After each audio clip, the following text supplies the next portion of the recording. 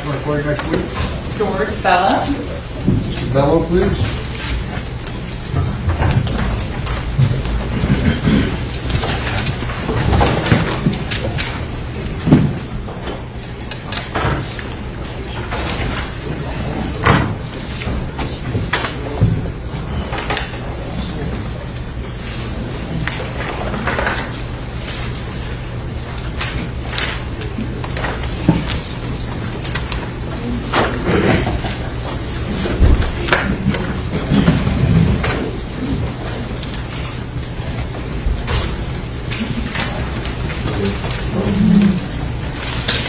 Bello, welcome.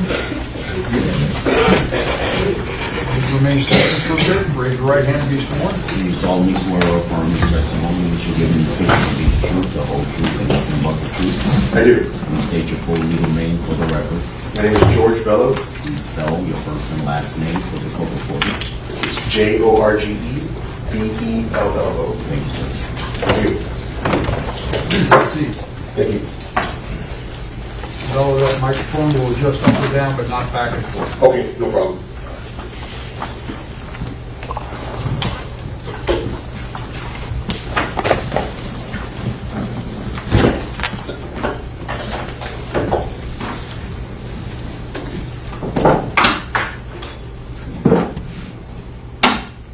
With your permission, Your Honor.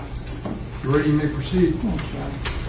Good morning, Mr. Bello. How are you today? Good morning. I'm doing well. How about yourself? Very well, thank you for asking. Could you tell the ladies and gentlemen of the jury where you work? I'm the Crime Lab Unit Manager in the Fireman Tool Mark Unit for Broward Sheriff's Office Crime Lab. What does that mean? Basically, it means that I examine known and unknown tool marks to determine whether or not they came from a common source, along with, of course, as I'm a manager, I manage and maintain the standard operating procedures as well as training for any new members of the lab. How long have you been the manager of the Broward Sheriff's Office Firearms and Tool Mark section? I've been the manager there for about 6.5 years. Prior to being the manager for in the Broward Sheriff's Office Crime Lab, where else have you worked? I was a criminalist in the Fireman Tool Mark Unit for Miami Police Department Crime Lab. And how long were you a criminalist there? Approximately 7 years.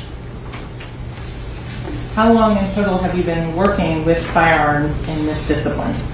So in this I've been for a total about 13.5 years. Can you tell the ladies and gentlemen of the jury what type of background and education you have?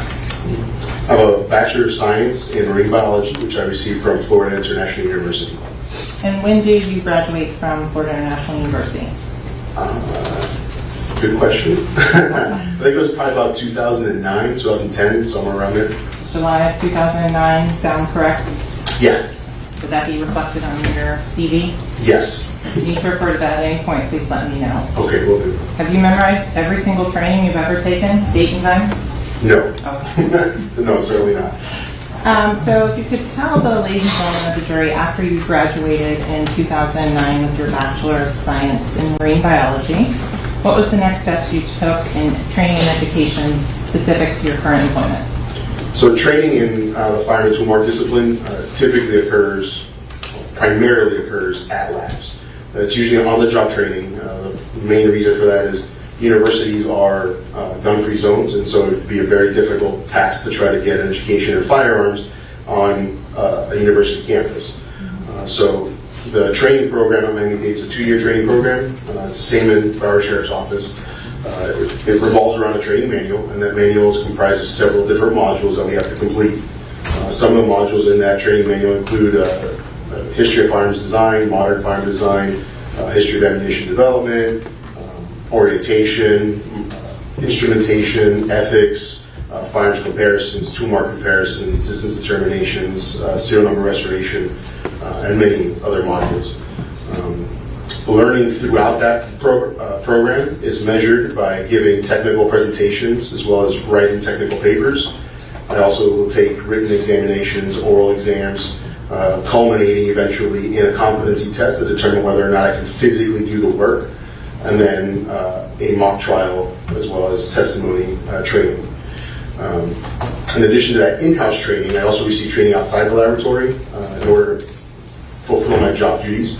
Some of the different trainings I received included training in factory tours and armorers courses. And factory tours are really important for firearms examiners because they allow us to see how the integral parts of the firearm are made. So those are the parts that leave individual and identifiable marks on casings and projectiles. So some of those parts that we can observe being made are the barrel, firing pins, extractors, ejectors, magazines, magazine lips. And so we can see how all of those parts are manufactured at different manufacturers and see how the individual marks are imparted onto the tools themselves. And then the armorers courses work hand in hand with that in that they show us how all of those parts work together inside of an actual firearm. So during the armorers course, we'll strip down the firearm down to its screws and base components and then reassemble it and do that several times. In that process, we can see how those parts work together to leave the marks on casings and projectiles.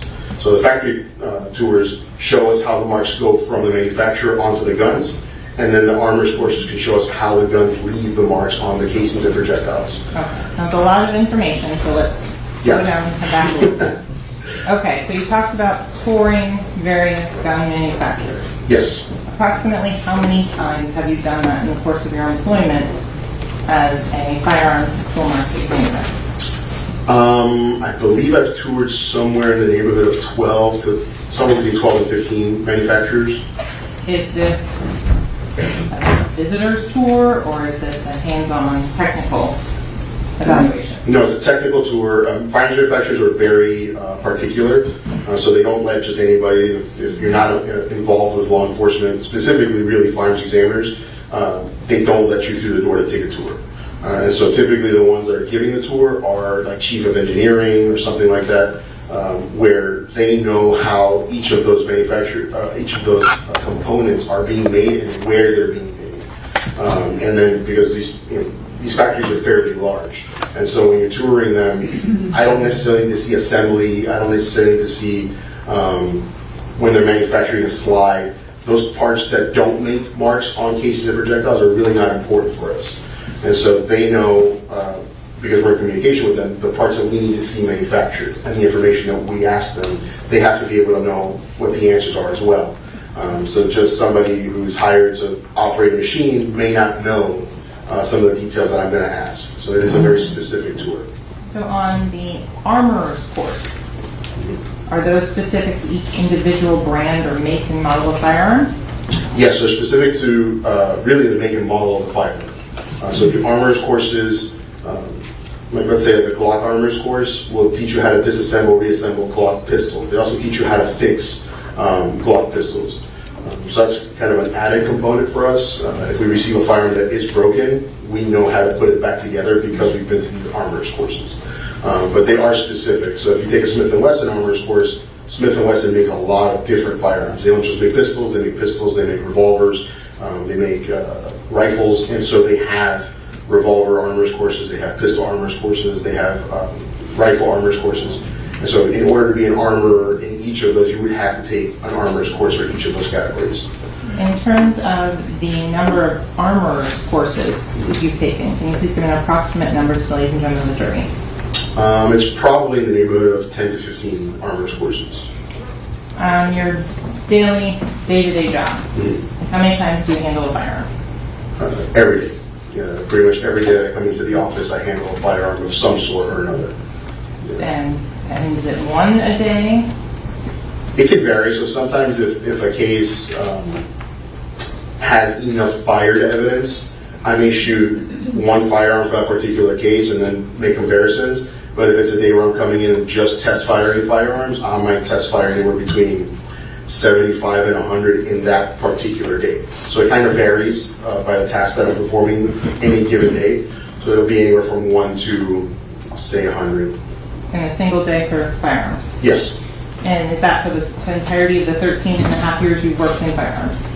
Yes, minus the 2 years of training. So approximately 11 and a half years of handling a firearm every day. In terms of the services that you can provide and do at the lab, is there a service called a distance or range of fire determination? Yes. Is that something that you've had training and experience in? Yes. Could you please tell the ladies and gentlemen of the jury your training that you have in range of fire or distance determination? So the distance determination training is primarily in-house because it's comprised of several different parts of firearms examiner training. So in order to perform these determinations, typically we're going to need a firearm and some kind of fired evidence tying evidence to the firearm, or tying the firearm to the scene. The reason for that is that distance determination, when chemically processed, is a destructive examination that can only be done one time. So if I process, let's say a sweater or a shirt for distance determination, I can only do that one time. And so we want to make sure that when we're doing it with the firearm that was found at the scene, because if not, then we're applying so many variables that we can't account for when giving a distance. And so the training is really based off of the FBI gunpowder, gunshot residue training course. And it's essentially a compilation of articles that we go through and read them. We practice making the chemicals that are required for making the test paper, the chemicals that are required for making all of the spray solutions that we would use to chemically process the garments, as well as training in using infrared microscopy and different light microscopy to try to see gunpowder on different pattern of clothing. Once we've completed that training, it culminates, of course, in doing 10 practice exercises, and then eventually a competency test to make sure that we can arrive at a known answer that an instructor gave. Okay, so Mr. Bello, to go back, you said that you can do chemical testing. You mentioned like a sweater. Yes. And you said it's destructive. Yes. What does that mean? So the reaction that we're looking for when we do distance determination is a chromophoric reaction, so it's a colored reaction. Burnt gunpowder reacts, or the nitrites in burnt gunpowder react with the chemicals that we're using to give an orange reaction. That reaction will only happen that one time. So if I processed it again, it wouldn't react again because those chemicals are no longer present. So, Mr. Bello, can you do that on a human body? No, you cannot chemically process a human body. Right. And how long has the Broward Sheriff's Office lab been doing this process of the chemical determination of distance determination? I believe it's been done since its induction. So I believe somewhere in the late 60s is when they started doing it. And specifically at the Broward Sheriff's Office, when did you guys onboard this procedure? So we've been doing it, at least since I've been there, we've been able to do it. It did have a brief hiatus. When I was hired, the lab, the fire and tool mark unit was shut down because all of its previous examiners had retired or left. And so we had to shut down for about a year. And then when we started doing examinations again, we started offering the full range of examinations. And when you say you had to shut down for a year, why is that? We didn't have anybody to actually do the work. So we could have received the evidence, but it would have sat around for that entire time frame because nobody could do the work. You were there, why couldn't you do the work? Well, I was hired afterwards. Yeah. So I was hired after the examiners had left. And anytime you hire somebody, even if they're trained from another laboratory, they have to be onboarded. So that onboarding process does include doing casework. So any casework that I was authorized to do before in Miami-Dade, I had to redo. So the quality assurance manager and the lab director gave me tests when I was onboarded, and I had to pass the test, so I had to come to the known conclusions that another examiner already knew the answer was, in order to be able to do the same examination at Broward Sheriff's Office. Okay, so you were certified to do the examinations in Dade County? Authorized. So I was authorized by Miami-Dade to do that at Miami-Dade County, yes. And that authorization, how long does it last for? Typically it's for my employment unless there's some kind of lapse. So if part of the authorization or part of the requirement for authorization is competency testing. And so if there's a lapse, proficiency testing. If there's a lapse in my proficiency testing and I don't complete casework in that particular field, then I wouldn't be authorized by the laboratory to do that work anymore. Is there a difference between authorization and being certified in the field of firearms tool marks examiners? Yes, so by definition, laboratories can authorize you to do work. They don't certify you to do work. A certification implies that there's a third party, right, another body outside of your employer that's giving you some kind of standardized test. And so there is certification in distance determination, in firearms comparison analysis, and tool marks that's offered by the Association of Firearm and Tool Mark Examiners. So that would be the certification. It's a test that was made by experts to be challenging. And so when you pass that, you've passed a standard test that everyone who's certified in that field passed. Authorizations are subjective in that they're designed and implemented by individual laboratories. So that's saying, an authorization is saying you can do that test in that laboratory. So if you have an authorization, like I have an authorization for Broward Sheriff's Office, it doesn't mean that I can go to Chicago and do what I do in Chicago.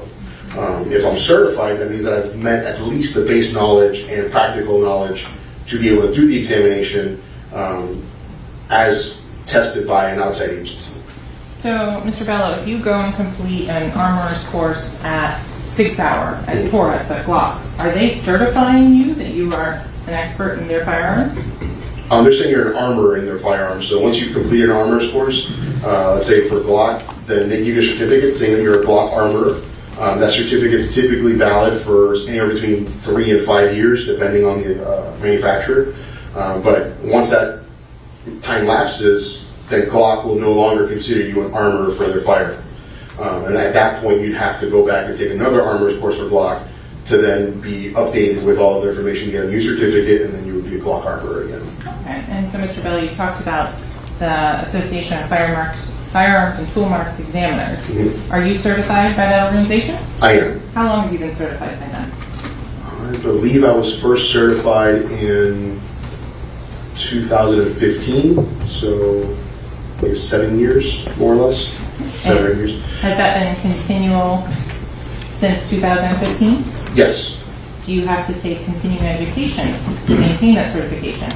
Yes. So the original certification is a test. So you take a written examination as well as a practical examination, and you have to pass. I believe the written examination you have to pass with an 80% score, and then the practical exam is essentially 100% because you can't give a wrong answer, and so you have to have 100% on the practical. And then to maintain that certification, you have to attend training or give training, so a combination thereof.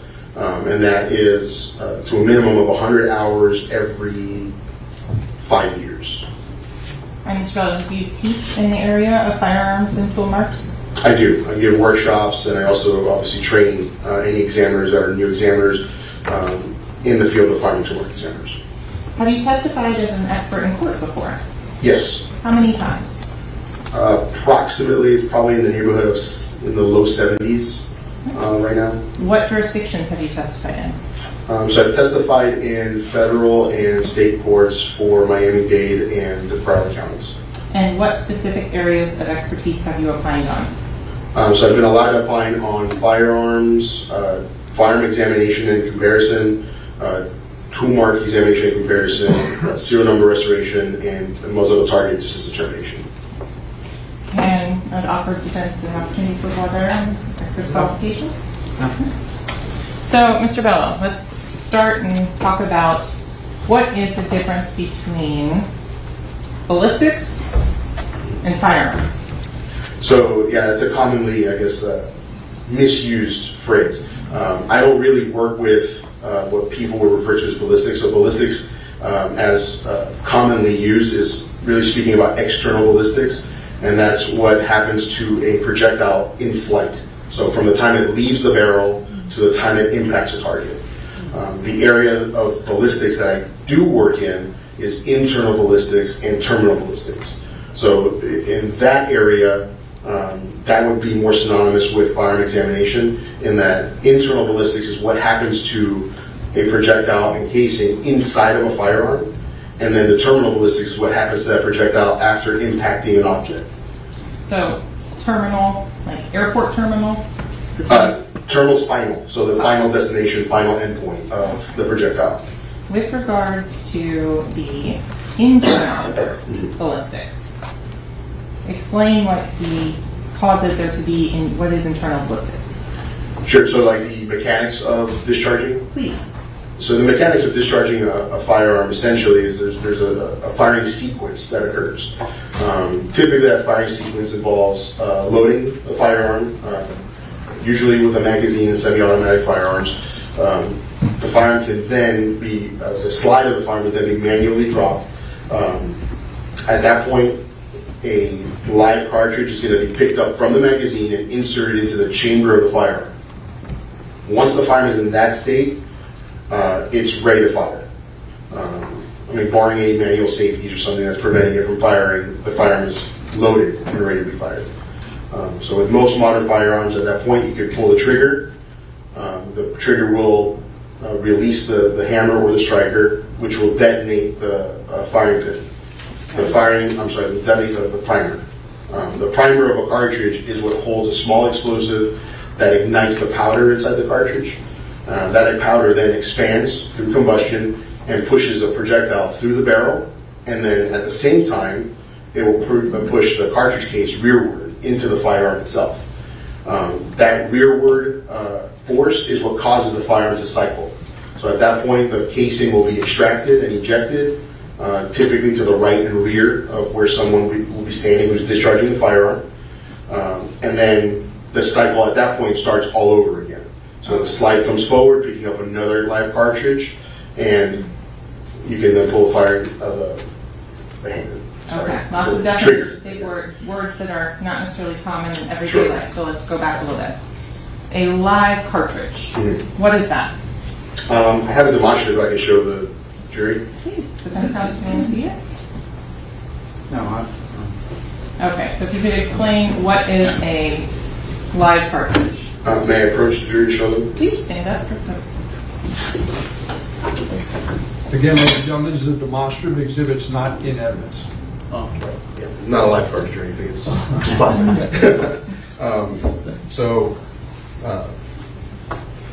A live cartridge is essentially what you see here. So it's a projectile or a bullet, a cartridge case, the primer, and then inside is where the powder itself is housed. So if you can see at the bottom of the cartridge case, there's a hole. That's called the flash hole. So when the primer is struck by the firing pin, the force is what causes that powder to ignite. So the explosion that's inside of the primer is going to come through that flash hole and into the main body of the cartridge case, igniting the powder. When that powder is lit, the projectile leaves the cartridge, entering the barrel of the firearm, and then the cartridge travels rearward and exits the firearm in a semi-automatic firearm. The marks that you see on now a fired projectile are the marks that can be imparted by rifling. So by the rifling in a barrel, those are the raised areas of the barrel that impart spin on a projectile. That's their whole purpose, is to actually impart spin on the projectile. The spin stabilizes the projectile in flight, so it makes it more accurate for the shooters. There's different types of rifling, but they all leave some kind of mark or another on projectiles. The cartridge cases will receive several different marks. So the mark that's in the center is the firing pin impression. The marks that are around it, in this case, looks almost like a rectangle. That's the firing pin aperture impression. And then the parallel striations that you can see, that's from the breech face. There are also this little triangular mark. That's the ejector mark. And then it can receive an extractor mark, which is this kind of striated scratches that you see there. And that's from, all of those parts are from the firing of this cartridge. Okay. Well, again, a lot of terms and things that people don't deal with on a regular basis. Let's start with, and help make sure it's clear and defined, what the parts of a firearm are. Okay. Are there different classes of firearms? There are several different classes of firearms. So for handguns, the most common classes of firearms are revolvers and pistols, or semi-automatic pistols. And can you tell the jury, the ladies and gentlemen, the difference between what is a revolver and a semi-automatic?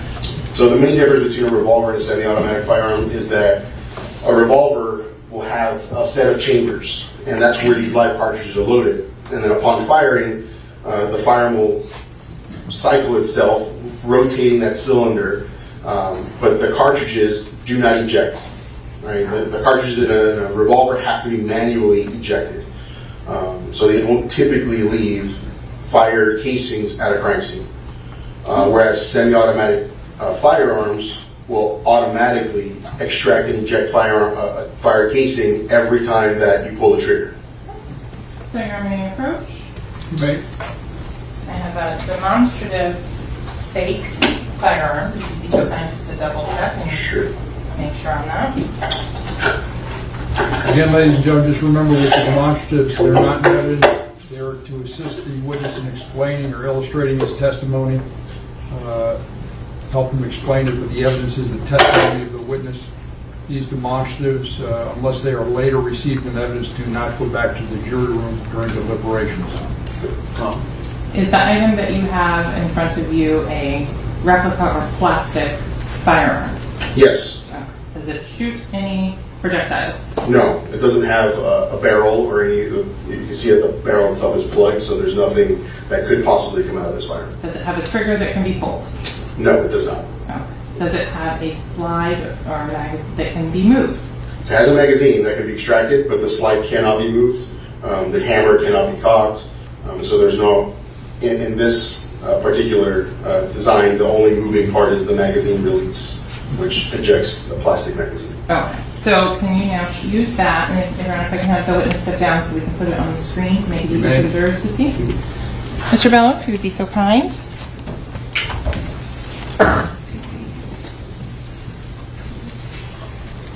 And so we have the green screen there to the right. If you could now slowly, in terms of describing the areas on a typical semi-automatic firearm. Sure. So in this particular design, a semi-automatic firearm, the area that you pull to fire is the trigger. That's this plastic area right here. This particular firearm has a manual safety. That's this device here. It's ambidextrous, so it should have its equal partner here. So what that means is that whether you're left-handed or right-handed, you can shoot it either way and activate the safety or deactivate the safety. On this side of the firearm, you can see that there's a slide catch. That's what this part of the firearm is. What does the slide catch do? It catches the slide. In firearms, you'll notice that our terminology is very self-explanatory. We like to keep it simple. And so this part here is the slide.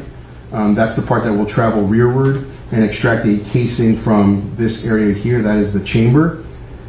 And on its rearward travel, it'll pick up a casing from that chamber, extracting and ejecting it.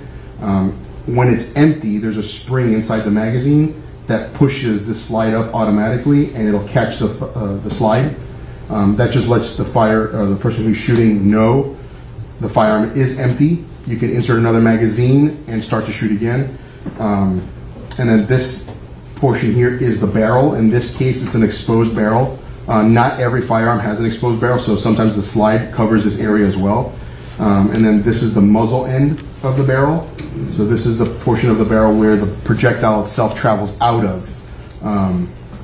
And I guess just to clarify also, the projectile is not the only thing that comes out of the barrel of a firearm. There are byproducts of discharge. And so... We'll get back to that Yep. in a second. So can you demonstrate and show the ladies and gentlemen of the jury about how you would insert a standard magazine using that demonstrative? Sure. So in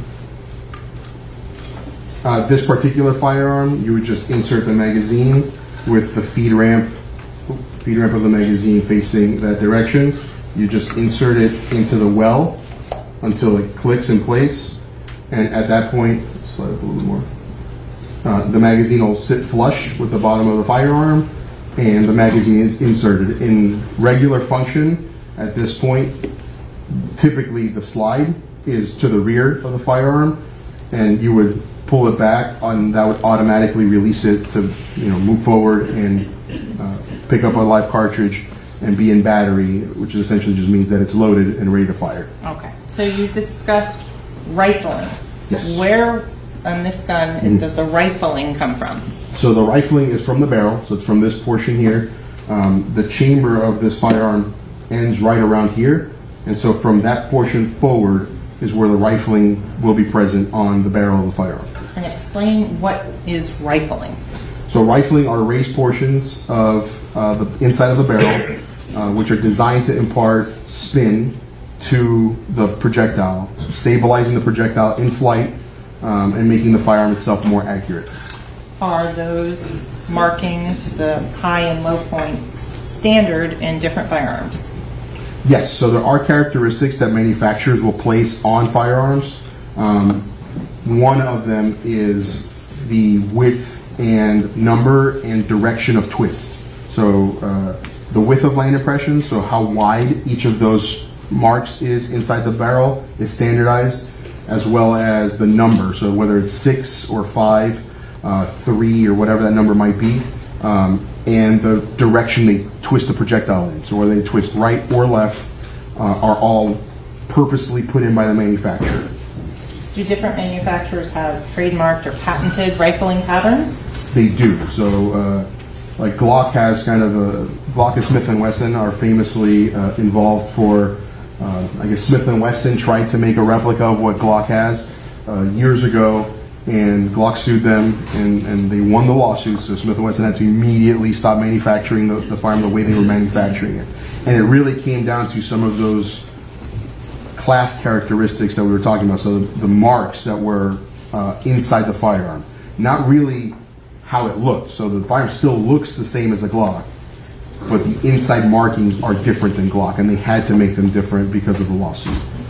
So with regard, you said class characteristics, that's the type of firearm. How would you say that's different from individual characteristics of a specific firearm?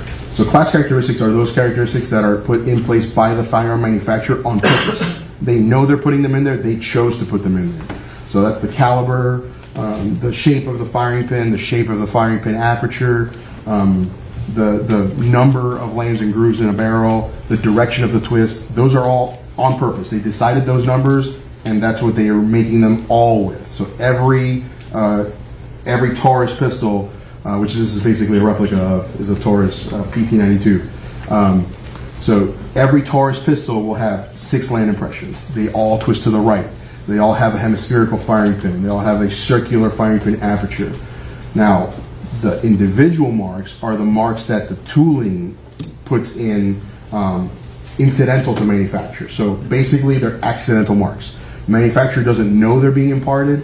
They don't mean for them to be imparted. They just happen by the mechanical action of making the parts. So the cutting tools or the forming tools that are used to make the barrel, to make the slide, to make the aperture, all leave marks, which are microscopic in nature, on these different parts. Stop sliding for you. And so before I have you resume your seat, could you show where would the ejector marks be made on this particular? So I can't open the firearm, and that's where the ejector would be, but if looking at it from this angle, the extractor is on this side of the firearm. It's a hook that's put in place right here in the slide, and then the ejector is on the opposite side. So if you could think of opposing forces, the hook has to grab the casing and pull it out. The ejector has to push the casing from the opposite side of the extractor and push it out of the firearm. So the ejector is typically placed in here, attached to the slide itself, or attached to the frame of the firearm, but protruding through the slide. And so, Mr. Bello, if you'd be so kind as to resume your seat. Can we take the phone back? You can, yes, that would be good.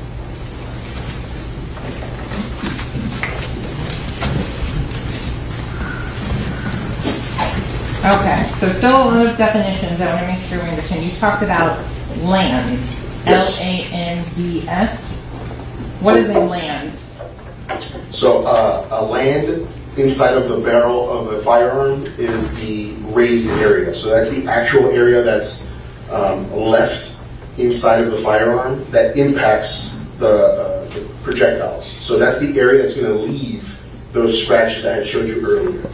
The opposing areas are the grooves. So in cutting methods, the grooves are the raised areas on the projectile, and they're the lower areas on the firearm. So these are the areas that typically are cut away by another tool inside of the barrel. Usually when we're looking at projectiles, examiners look at the land impressed areas, not as much the groove impressed areas, only because we have found some repetition in the groove areas from different manufacturing methods. And so in order to avoid any possible confusion as to whether or not it came from a particular firearm, we look at areas we know are individual, which are the land impressed areas. So in that, you're just talking about the lands on the projectiles. Correct.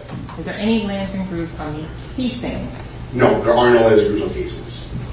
Is there a database or some sort of literature that tells you which manufacturers use 7 lands or which use 3?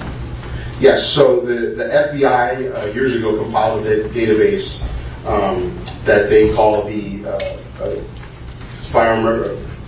the gun reference database. And so basically that database has a list of manufacturers and what their specific numbers would be as far as direction of twist, number of landing grooves, and the width of the landing groove. And so with the width, whenever we try to use that database, we try to add a little bit more to the width of the land impressions that we're measuring, only so that it becomes a more comprehensive list than a more restrictive list. So if we're going to make an error, we want to make sure we're more inclusive in this error than exclusive. Okay. So you also talked about firing pins. Mm-hmm. Is there just one type of firing pin? No, there are several different types and shapes of firing pins. So your typical firing pins that you're going to observe in firearms are hemispherical. I'd say that's the majority of them that we're going to see. Hemispherical just means kind of rounded in nature as far as the tip of the firing pin. But they also have firing pins that are elliptical in shape. A lot of examiners call them Glock shape because Glock was one of the first manufacturers to use this elliptical shape on the firing pin. There's also rectangular firing pins, although not super common, or certainly they were more common in the 80s and 90s than they are today. But they still are some manufacturers that use rectangular or square firing pins. And then you have rimfire firing pins, which can be square, rectangular, or circular as well. And so there are different categories of firing pins, absolutely. When you talk about the firing pin, is the front of it flat, or is there a difference in the geometry of the front of the firing pin? So the tip of the firing pin, which is typically what we're going to be examining, are different geometries. So that's that shape that I was referencing. It can either be hemispherical, which has that almost like, if you think about a globe, it has that rounded shape to it. That's essentially the type of shape that we're looking at in a hemispherical firing pin. Elliptical is an ellipse, so it's an area where the very tip is pointed, but the edges of that are like an ellipse, so it's more oval in shape. Square firing pins are squared, and then there are also cylindrical firing pins, which is a cross between some of them, so they're circular in shape, but the very tip is cut off, so it's flat. So it depends on the shape of the firing pin, but there are different geometries to the firing pins. Okay. And would that be a class or individual characteristic, the shape of the firing pin? The overall shape is a class characteristic, so that's something that the manufacturer decides before they even start manufacturing. What about are there individual characteristics as to firing pins? Yes, there are individual characteristics observed in firing pins. Those are going to depend on the manufacturing method. So there are firing pins which are manufactured using a MIM process, that's a metal injection molding process. And those firing pins have individual characteristics from the expansion and cooling of the metal. So metal will expand when it's heated, and then when it cools, it shrinks back down. And in that process of expanding and shrinking, there are air bubbles that are formed inside of the metal itself. Those air bubbles can reach the surface of the tip of the firing pin, but when and where they reach, it's random. So the manufacturer can't really control that part. And then manufacturers, after those processes, or after the initial manufacturing process, then take those parts and polish them. And so the polishing also adds on some individual characteristics that can be observed in firing pins. What about wear and tear and use of the firearm? Sure. So if you're using the firearm over time, the metal in the firing pins, depending on how it was made, can become very brittle. And sometimes they can fracture, sometimes they can break. Sometimes the whole tip of the firing pin will fall off, making the firearm inoperable. So depending on how much wear and tear, it can certainly cause additional individual characteristics to appear. Is there a level of maintenance that you have to do on a firearm? Yes. What would that be? So depending on the different manufacturer, they're going to recommend a few different oiling points. But cleaning and oiling a firearm after every time it's fired is recommended by every manufacturer. And so the minimum that they recommend to do is to field strip the firearm, which means to take off the slide and the barrel, and then grease the rails that the slide sits on so that it can travel smoothly, and then also to grease the ramps that feed the cartridge into the chamber, which is part of the barrels themselves. So there are greasing points within the firearm that every manufacturer is going to recommend. They also recommend to clean the firearm, and specifically the barrel of the firearm, after each time it's fired, because every time you discharge a firearm, there's powder, there's primer residues, and there's lead from the actual discharge that can accumulate inside of that muzzle or inside of the barrel of the firearm itself.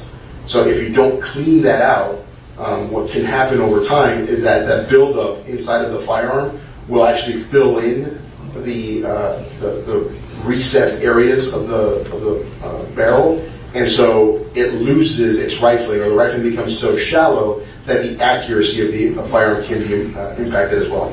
You also mentioned as something you can look for are breech face marks. Mm-hmm. And so again, it's clear.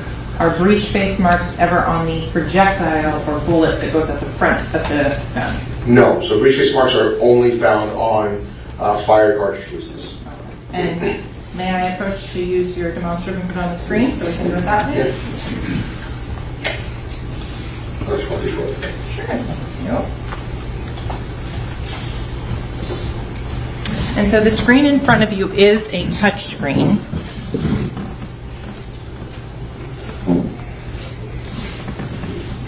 So could you show on here so everybody can see which are the breech face marks? So the breech face marks, so they extend from here. It's this entire area, and then you see some of those lines continue onto these, so that's what these scratches are, and then this area out here as well. Okay. And what are the breech face markings caused by? So that's actually caused by the area of the slide that the cartridge case is impacting against. And is that an individual characteristic of the firearm or a class characteristic? So with breech face marks, you have a combination of both. The class characteristic is the overall design. And what I mean by design is, in this case, you have lines that run parallel to each other. That parallel marking is a class characteristic. And it's characteristic of the tool that they use in order to cut that shape. In this case, it's a broach. So it's a cutting tool that they run down the face of the breech face, and it leaves these parallel lines. What's individual is the spacing between one and the other, as well as when one starts and finishes, and when and how they're oriented with each other. So those are the individual aspects of those marks. So you have a combination of both in breech face marks. No. And so it's clear for the ladies and gentlemen of the jury when you're looking here, which is the firing pin impression. So the firing pin impression is actually this mark right here. So it's in this particular case, it looks like a circular mark. What would be more characteristic is if this was more oblong, kind of like that. That would be characteristic of a Glock. But in this particular case, it's this circular or hemispherical shape in the middle of the primer. And then the kind of little underneath, the little Yeah, hole so almost looking. this little divot here is firing pin drag. So in short recoil operated firearms, which essentially just means that the firearm itself is operating using the force of the recoil. There is a locking mechanism, and different manufacturers have different locking mechanisms, but in this particular case, it's basically a cam. So before the firearm will travel, or the slide of the firearm will travel rearward, it has to cam down. When it cams down, it leaves this impression of scratches, which is from the movement of the firing pin itself, dropping down and hitting the primer during that unlocking process. Okay. And you also mentioned extractor marks. Mm-hmm. Is that demonstrated on this area here? Yes, so the extractor marks are here, and more often than not, they're not found really in this area. They just, in the manufacturer of this particular model, place them here so that we can show them more visibly. But typically the extractors are going to be located on the side of the rim and underneath the rim. So this is more typical of the area for an extractor mark that we'd be looking for. The design of it in the firearm is essentially a hook. So it's made to catch that lip of the cartridge and then pull it out of the chamber. So usually they're not observed in the face of on the head stamp of the cartridge usually observed under the rim. So, and then you also mentioned ejector marks. Yeah, that's this little triangular shape there. And that can vary. They're not all triangular in shape. They can be circular in shape. They can be a half moon. They can be like a semicolon. So there's different shapes that manufacturers will impart on their ejectors. The overall shape is a class characteristic. The presence or absence can be a class characteristic as well, because some firearms don't have an ejector. Some of them use the firing pin as an ejector. But there are individual marks that can be observed microscopically within the overall shape. Speaking of microscopically, how are you looking at a projectile when it's submitted to you for analysis? So we use a forensic comparison microscope, and all that really is two microscopes that are mounted together so that I can use one one eyepiece to see both images. And that allows me to overlap the images and try to make them one. Right? So if I'm looking at two different images or two different patterns, and I'm trying to see whether or not they're similar or dissimilar, if I can overlap them and then move the images back and forth, I can see if there is any agreement or not in those images. And so that's essentially how a forensic comparison microscope works. I'm going to now show you what's been marked as states XX for identification purposes only. Do you recognize this USB? Yes, And did you have the opportunity to review the contents of it before you came into court today? I did. Did you recognize the 3 photos on that USB? Yes. Did they fairly and accurately depict some of the examinations you did in this case? Yes. Your Honor, at this time, the state would request to move states XX in and publish to the jury. No objection. It'll be admitted. States XX will be marked states 48.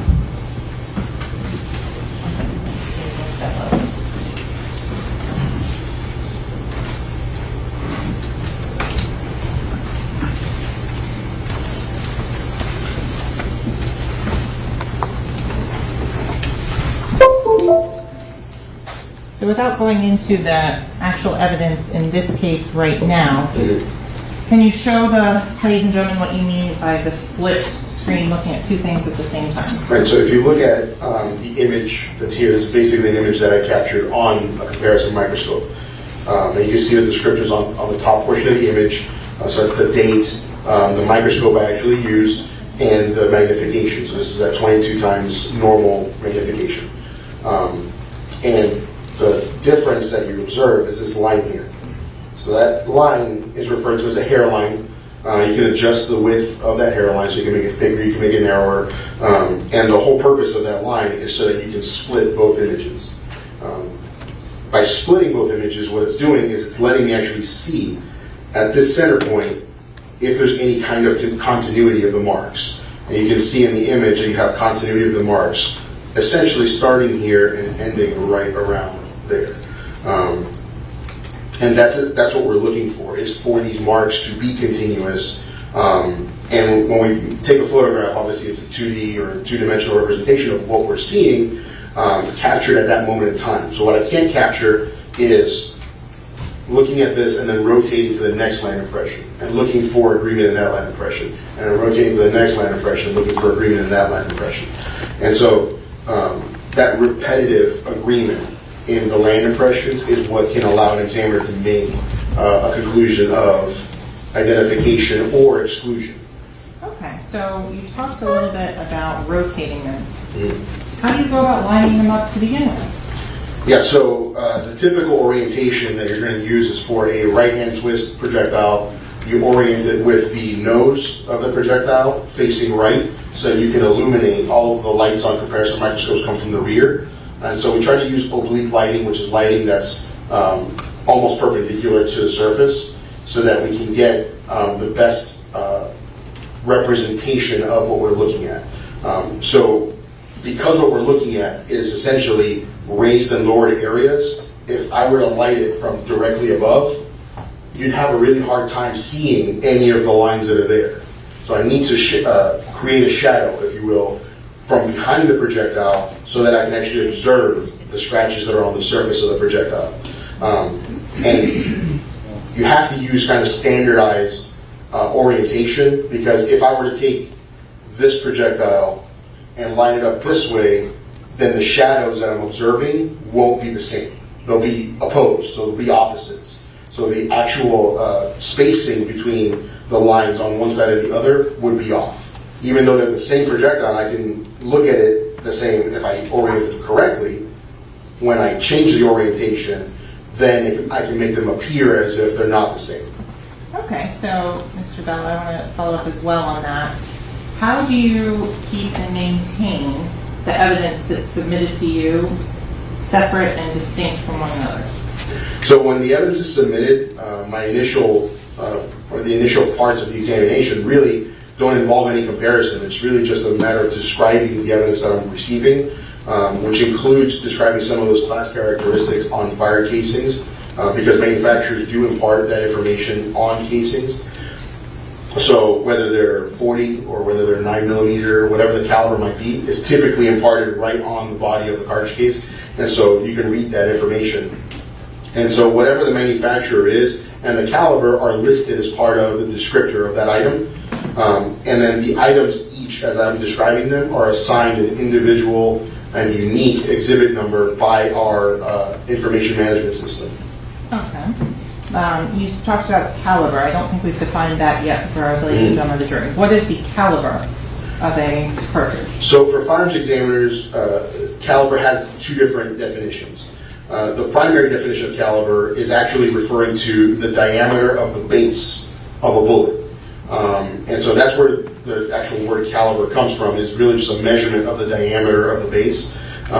However, that has to correspond to the cartridge case, because the diameter of this base has to be able to fit into the mouth of the cartridge case. So when they do translate that, the manufacturers will stamp a caliber on the head stamp area of the cartridge.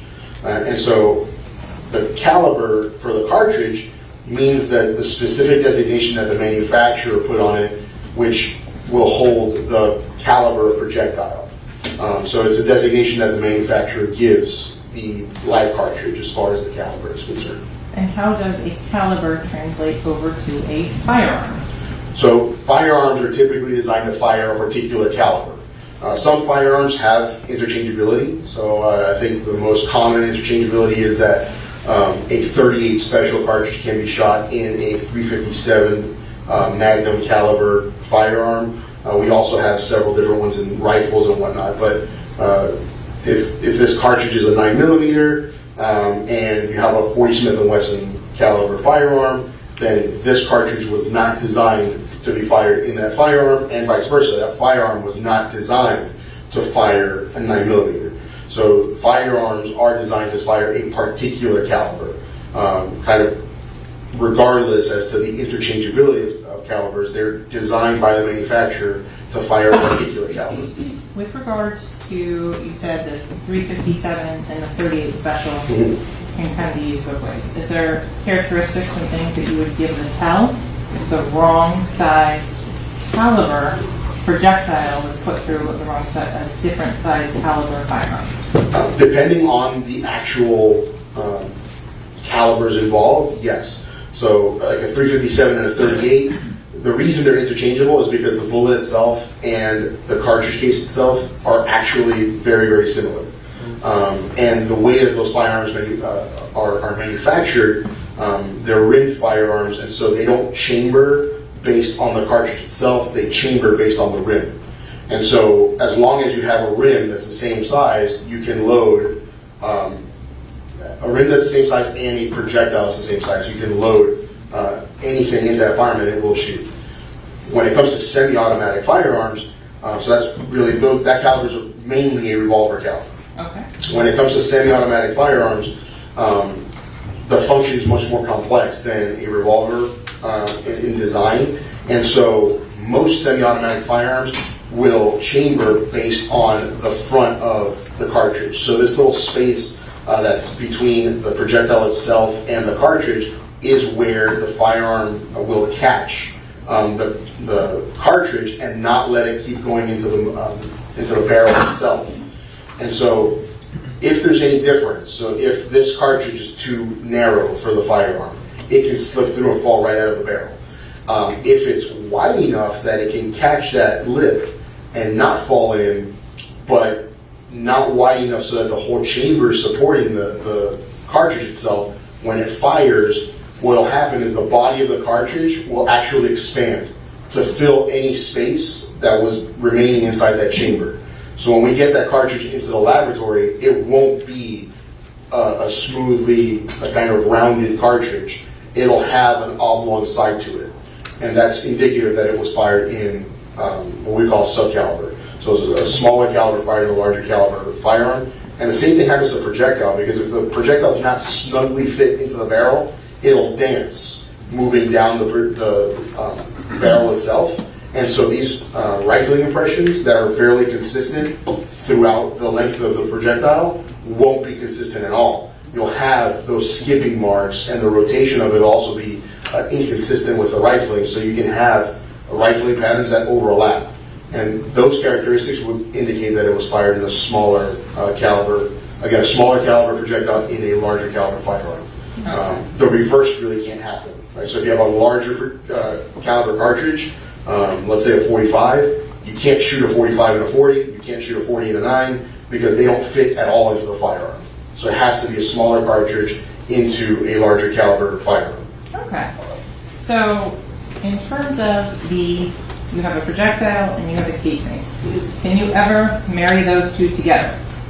So there are rare chances where that can happen. Typically it's from firearms that don't mark very well. So what ends up happening is that when the projectile exits the cartridge, it'll actually pick up marks from the inside of the cartridge itself. And so there are times where you can marry the marks from the inside of this cartridge to a projectile. However, it's very rare, because once the projectile travels through the barrel, it picks up marks from the barrel. So the marks that were left on it by the cartridge case are essentially erased by the barrel itself. So it's very difficult and very rare that we're able to actually examine projectiles and compare them to a cartridge case. The more common occurrence is that you have a firearm submitted, which I can then use to produce known test fires and shoot one live cartridge, which will give me a projectile and a cartridge, and then I can compare those pieces of evidence or pieces of known evidence to my unknowns and say they were fired in the same firearm at that point. But in the absence of a firearm, that's not an examination that can typically be done. Okay. So let's talk a little bit about what is NIBIN. Mm-hmm. What does that stand for? So NIBIN is a National Integrated Ballistic Information Network. Essentially what it is, it's a computer database that examiners can use to capture images of spent cartridge cases. So essentially we're just capturing this image there and uploading that to the database. The database then will run an algorithm on the shadows observed. So that's a printout of what the images are that are acquired. And it'll run an algorithm based on the shadows observed, so the lights and the dark areas on the images. And it essentially sends back a list of cartridge cases that are ranked the highest as having possibly been fired in the same firearm. That doesn't mean they were, right? So every time we run a search in NIBIN, we get results back. Whether or not they were actually fired in the same firearm is up to the examiners to determine. So there is a correlation score that it gives, which is the number that's based on these algorithms of agreement. Now, that score is really just based on the search that it's running. So the score is not one of those types of scores where, oh, if it's a 9, I know for sure that it was fired in the same firearm, or if it's a 4, I know it wasn't. There's really not that kind of cutoff because it's based on the results of the list. So we have to look at the results every time we do a search in NIBIN.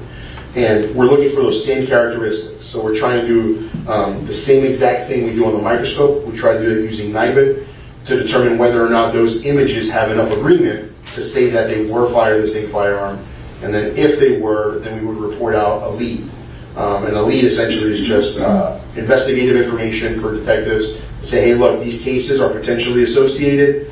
If you're going to do any further investigation, please let us know.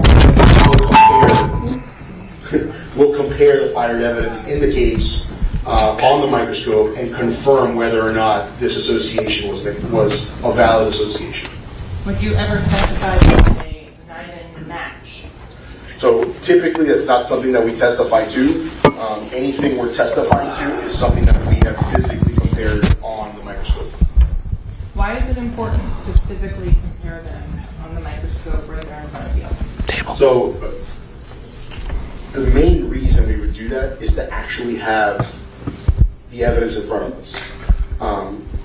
The Niden computer database is based on images that were acquired by people, and all of us are flawed people, and we all make mistakes. And in order to curtail those mistakes, we have these safety checks in place. Niden doesn't have those safety checks, and so an outside agency may have acquired this image saying it was involved in this particular case, but then when I ask for the evidence back, it's a different image. So that kind of examiner error doesn't usually have a way to be caught, or can have a way to kind of get slipped through the systems, depending on the laboratory. And so, per our own operating procedures and most laboratories' procedures, we cannot testify to somebody else's work. Right? So I cannot say who put in this other information, that the information they put in is accurate. And so in order to say, well, I know what the information is, I need to have the physical evidence in front of me so that I can see the images and I can actually see the evidence under the microscope and know for a fact this exhibit came from this cartridge case, it has chain of custody, and I can verify that they are or were not fired in the same firearm. In terms of the projectiles, are they ever put into Niden? So most laboratories don't have a system to capture projectiles into the database. There are a handful of laboratories that do. Really, the ATF is the one that kind of has guidance and maintenance over Niden. And so what they recommend laboratories to use is the brass tracks, or the portion of the database that will capture images of casings. Their primary reason for that is that even casing, so every time I want to take a picture of these cartridge cases, it takes about 12 minutes. So that means that for every casing that I'm putting in, I'm using 12 minutes of time. If I were to catch the projectiles, even if it's a perfect projectile, or something like this, where it's an exemplar, it's going to take me about 12 minutes per land impression. So it might take me 45 minutes or an hour to capture one projectile. And so what they found was that even though it's a tool that's out there, the cost of the tool and the time to use that tool isn't worth the difference that you're going to get from capturing casings. Because most cases have casings that are left at a crime scene and projectiles. So the case where you have just projectiles from a scene, it's not very common. Okay, so going on to the projectiles, talking about those, do they have a specific composition or things that they're made of? So different manufacturers for cartridge cases and for live ammunition will use different projectiles. So projectiles can be made for different functions, and they can be made out of different materials. So the most common material, and the reason that this model is copper colored, is because most jacketing is copper. So that's the most common material that you're going to find as far as bullet jackets. They can be designed just like this, where it's a full metal jacket. Typically, the full metal jacket is a rounded or flat nose, and the base of the projectile itself is left open. And so this area here is where the lead of the projectile is actually found. There are manufacturers that make what they call a total metal jacket. A total metal jacket means that the entire lead core is encased in a copper jacket. There are also steel jackets, and so the jacket itself might have a copper color, but it's steel, not copper. Steel is magnetic, copper is not. That's how you would distinguish those two. There are manufacturers that use nickel jackets, and now they're kind of coming out with, kind of you name it. There are manufacturers that have jackets that are solely made out of copper. There are manufacturers who have kind of projectiles that are very, very weird, not necessarily your standard kind of projectile. So it's one of those things where they can design them to do a lot of different things, the projectiles. And so that, depending on its function, its intended design, you might have different designs of the projectile itself. So you indicated the jacket. What about the interior, you said the lead core? Is that standard throughout the industry? The lead core is fairly standard. The only time you're not going to have a lead core is if it is a lead-free ammunition. There was a big push years ago to try to make hunting rounds lead-free. And so that ammunition, if you can still find it, is lead-free in the sense that the copper is still there, but the inside is made of other materials. It might be zinc, it might be different, heavy metals that can give a weight similar to lead, but not be lead. Okay. Excuse me, Council, it's a good time to take a break. I'm being told we need a restroom break. Yes, sir. Is that all right? All right, so ladies and gentlemen, remember the admonition, do not discuss the case, don't form any opinion about the case, don't allow anyone to discuss the case in your presence, insert no research, just leave your notepads on your chairs, and we'll be back with you shortly. All right, thank you, ladies and gentlemen. Ladies and gentlemen, thank you. Please be seated. Let the record once again reflect the presence of the defendant, Dennis, his counsel, the assistant state attorneys, Los Angeles Judge Jury, our witness, Jorge, Bello, remains on the stand. I think when we broke, you're still on your direct examination. Ms. Bradley, you want to continue? Thank you, Your Honor. Okay, Mr. Bello, we had talked about the casings, the projectiles, the composition of the projectiles. I believe we skipped over the composition of the casings. Are there different metals used in the casings? Yes, so casings can be made of several different metals. Typically, it's going to be made of brass. That's the most common. Although nowadays you can find them in nickel. You can also find them in steel. And they have made them in copper, although they don't make them in copper anymore, but they have made them in copper in the past. So the composition of the cartridge case themselves can vary. That's why shotgun shells are typically made in plastic. So depending on the ammunition that you're looking at, it can be a variety of different materials. Okay. Is there identifying marks on the head stamp of every cartridge casing? Yeah, so depending on the manufacturer, they do have different head stamps that they use. Most of the manufacturers, especially American manufacturers, will use their name in some sort of or another. Some of them might be abbreviated, so Winchester a lot of times will use the abbreviation WIN.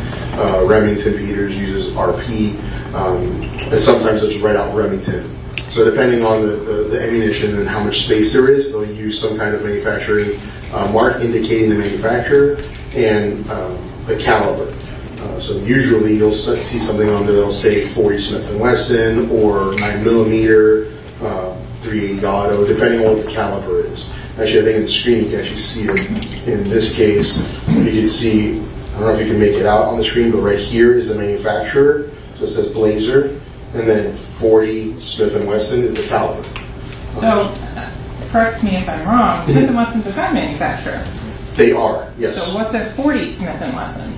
So 40 Smith & Wesson is a caliber that was really just designed years and years and years ago by Smith & Wesson, so they called it 40 Smith & Wesson. It's like there's a caliber, it's called a 45 Glock auto pistol, just because Glock designed it. So that's the name of the caliber, not the manufacturer. So there are calibers that are named after manufacturers. But in this particular case, the 40 Smith & Wesson is the caliber. The manufacturer of the cartridge is Blazer. So with regards to if it says 40 Smith & Wesson, does that mean it has to be fired through a Smith & Wesson firearm? No, that's the caliber. So there are many manufacturers that make firearms in the 40 Smith & Wesson caliber. Many manufacturers. It's probably the third most popular caliber manufacturer today. As far as pistols are concerned, so there are a large number of manufacturers that make firearms in 40 Smith & Wesson. With regards to the last part of it you talked about was the primer. Is the primer standard throughout the industry? No, so there are different manufacturers will make different primers. The typical primer, again, is kind of in that color, so it's a nickel color. That's your usual primer, but there are probably nowadays just as many manufacturers that use brass for their primer. Those are really the two most common compositions.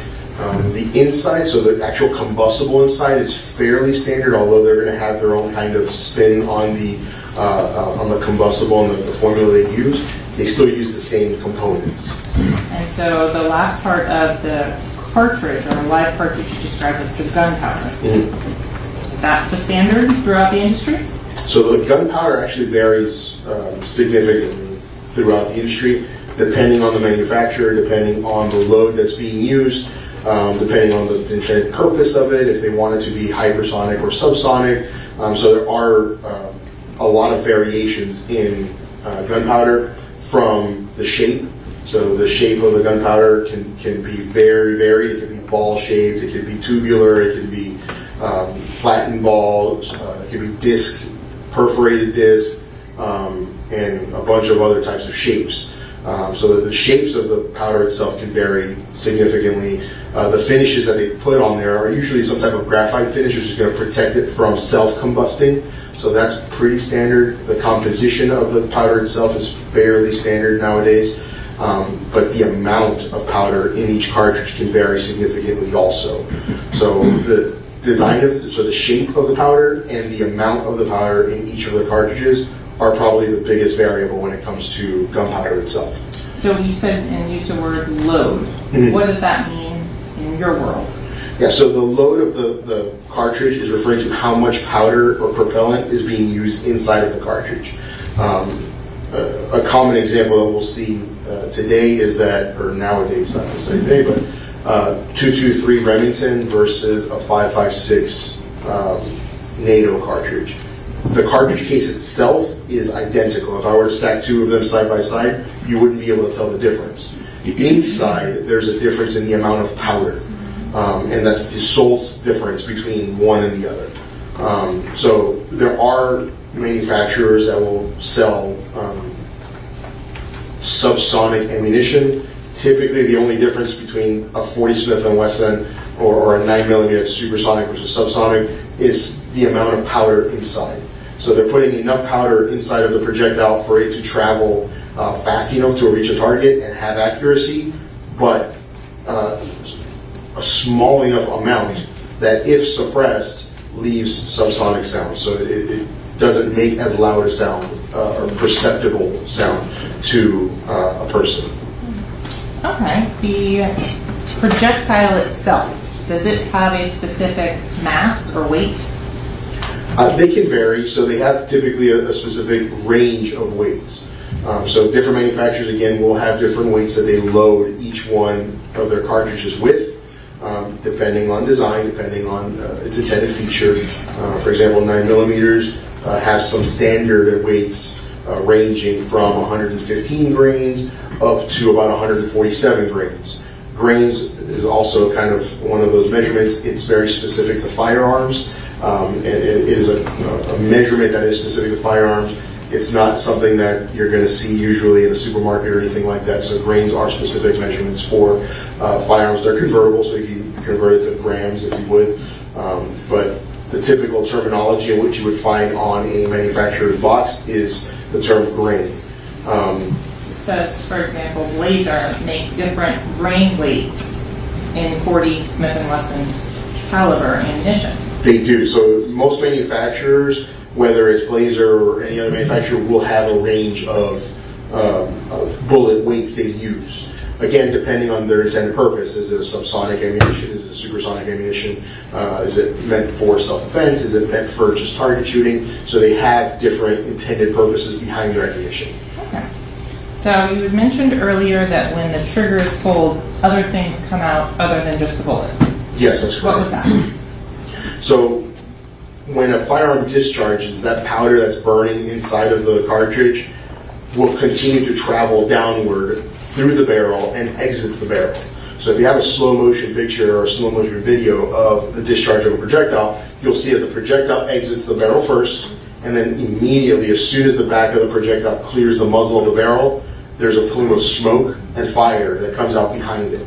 That smoke and fire is the burning powder, the expanding powder, as well as any particulate lead that might be coming out. So in full metal jacketed projectiles where the base is exposed, that lead heats up and can melt and follow the bullet itself. Some of it may also stay in the barrel. If it stays in the barrel, that can get pushed out with the next projectile. And so the items that exit typically is the projectile, followed by particulate lead, followed by burnt and unburned gunpowder, followed by primer residues. So you have a combination of all of the stuff that comes out of the barrel, and each one of them can travel a different distance depending on the weight or the mass of the objects in question, the furthest of which being the projectile, It's the heaviest object that's coming out of the barrel, and it's intended to travel a significant distance. Hold on, just you said based Yeah. on the weight of the mass. Yes. We're getting into a little bit of physics, so I want Sure. to make sure we break it down so it's easy to understand. You're taught the projectile travels the farthest. Mhm. You said because it weighs the most. Yes. How does that relate to the energy that's transferred to it? Right, so the majority of the energy in a discharge of a firearm is designed to be impelled or impacted into a projectile. Right, so most of the force of that firearm, or of the firing of the firearm, is being pushed onto this. A portion of it is going to be put on the casing, traveling rearward and ejecting, and then a portion of the remaining energy is going to be used in combustion and expansion of the gases during firing. So those particles that are still being propelled by the combustion and the expansion of gases, like the powder, the burning and unburnt powder, like the particulate lead, will still travel outside of the barrel, but they won't go nearly as far as the projectile for a variety of reasons. The mass and force being applied to the projectile being the main factor, but you also have factors like the wind, like rain, like any penetrating surface or any intervening surface. So there's a lot of variables that will go into how far the powder and the primer residues and particulate lead will travel. The primer residue, the particulate lead, the unburnt and burnt gunpowder, does it only come out of the muzzle? So the powder itself and the particulate lead will only come out of the muzzle because that's coming out of the front end of the cartridge. The primer residues don't. So the primer residues can exit the rear of a chamber and the rear of the firearm as well. So you can find primer residues or GSR, gunshot residues, coming out of the rear as well as the front of a firearm. Okay, and is the rear, is that the breech face? That's that area of the firearm you're talking about? Correct, yes. So is there a range for how long a bullet will travel? So a bullet can travel various ranges depending on the caliber that you're talking about. So, and there's other variables or other ways to look at it, I guess. In the firearms realm, they look at lethal range as being one thing versus how far it can actually travel. It's two separate questions because a projectile might be able to travel a mile, but at that point it has so little velocity that it really wouldn't do any damage to a person. And so different manufacturers will state lethal ranges and then maximum distances for their projectiles. For most pistol ammunition can travel a significant distance, but their maximum usable ranges typically is somewhere between 50 and 100 yards, and it'd be questionable if you can even hit a target at 100 yards with a pistol at using iron sights and whatnot. So Okay, there's a lot of length variables. of a muzzle or barrel factor into that? Yes, so the length of a barrel will change how far a projectile will travel and how fast that projectile comes out of the barrel. The reason behind that is that the powder that's inside of a cartridge will continue to burn and expand as it travels through the firearm itself. What that basically means is that as the projectile is traveling down the barrel, if the barrel is 2 inches long, that gas or the burning only had 2 inches to complete its burn. So typically in a 2-inch barrel, it does not complete or does not completely burn. So a lot of the powder will exit the barrel, burning in the air after it's exited the barrel. If it's burning in the air, it's not pushing the projectile anymore. So if you have something like a 12-inch barrel, now you have a significantly longer distance to continue to burn that powder and continue expanding and pushing that projectile. So the length of barrel is a significant factor when determining the speed, the trajectory, as well as for muzzle to target distance determination. Okay, on that, when you talk about muzzle to target distance determinations, what are you looking at? As far as Are you looking at the way a projectile impacts an object? we can, certainly, yes, that's part of the analysis. Why would that be important? So when you're talking about how a projectile is going to impact an object, it can give you different clues. So if a projectile left a clean hole entering a shirt, let's say. It gives me one clue in that it wasn't the muzzle of the barrel was not pressed directly upon the object. When the muzzle of a barrel is pressed directly upon an object, what ends up happening is all those gases that we talked about that come out of the barrel will enter whatever that object is. So if it enters a shirt, they have to escape somewhere. And so what ends up happening is that shirt will end up being ripped. There'll be a lot of burning, so there won't be a clean-cut circular hole. The other thing that it can give is if you have a hole that's not necessarily clean-cut, but there's no signs of tearing or burning around the hole, possibly there was an intervening object. So if a bullet travels through glass, let's say, the glass will impact how the spin of the projectile, or how the projectile is able to spin. And so what can happen is that the projectile starts to tumble in the air, and you can get what they call a keyhole shaped hole. So as opposed to the projectile entering in this direction, it can enter in this direction, it can enter in that direction, it can enter in this direction. And so that lets you know that the projectile possibly traveled through another object before hitting that final target.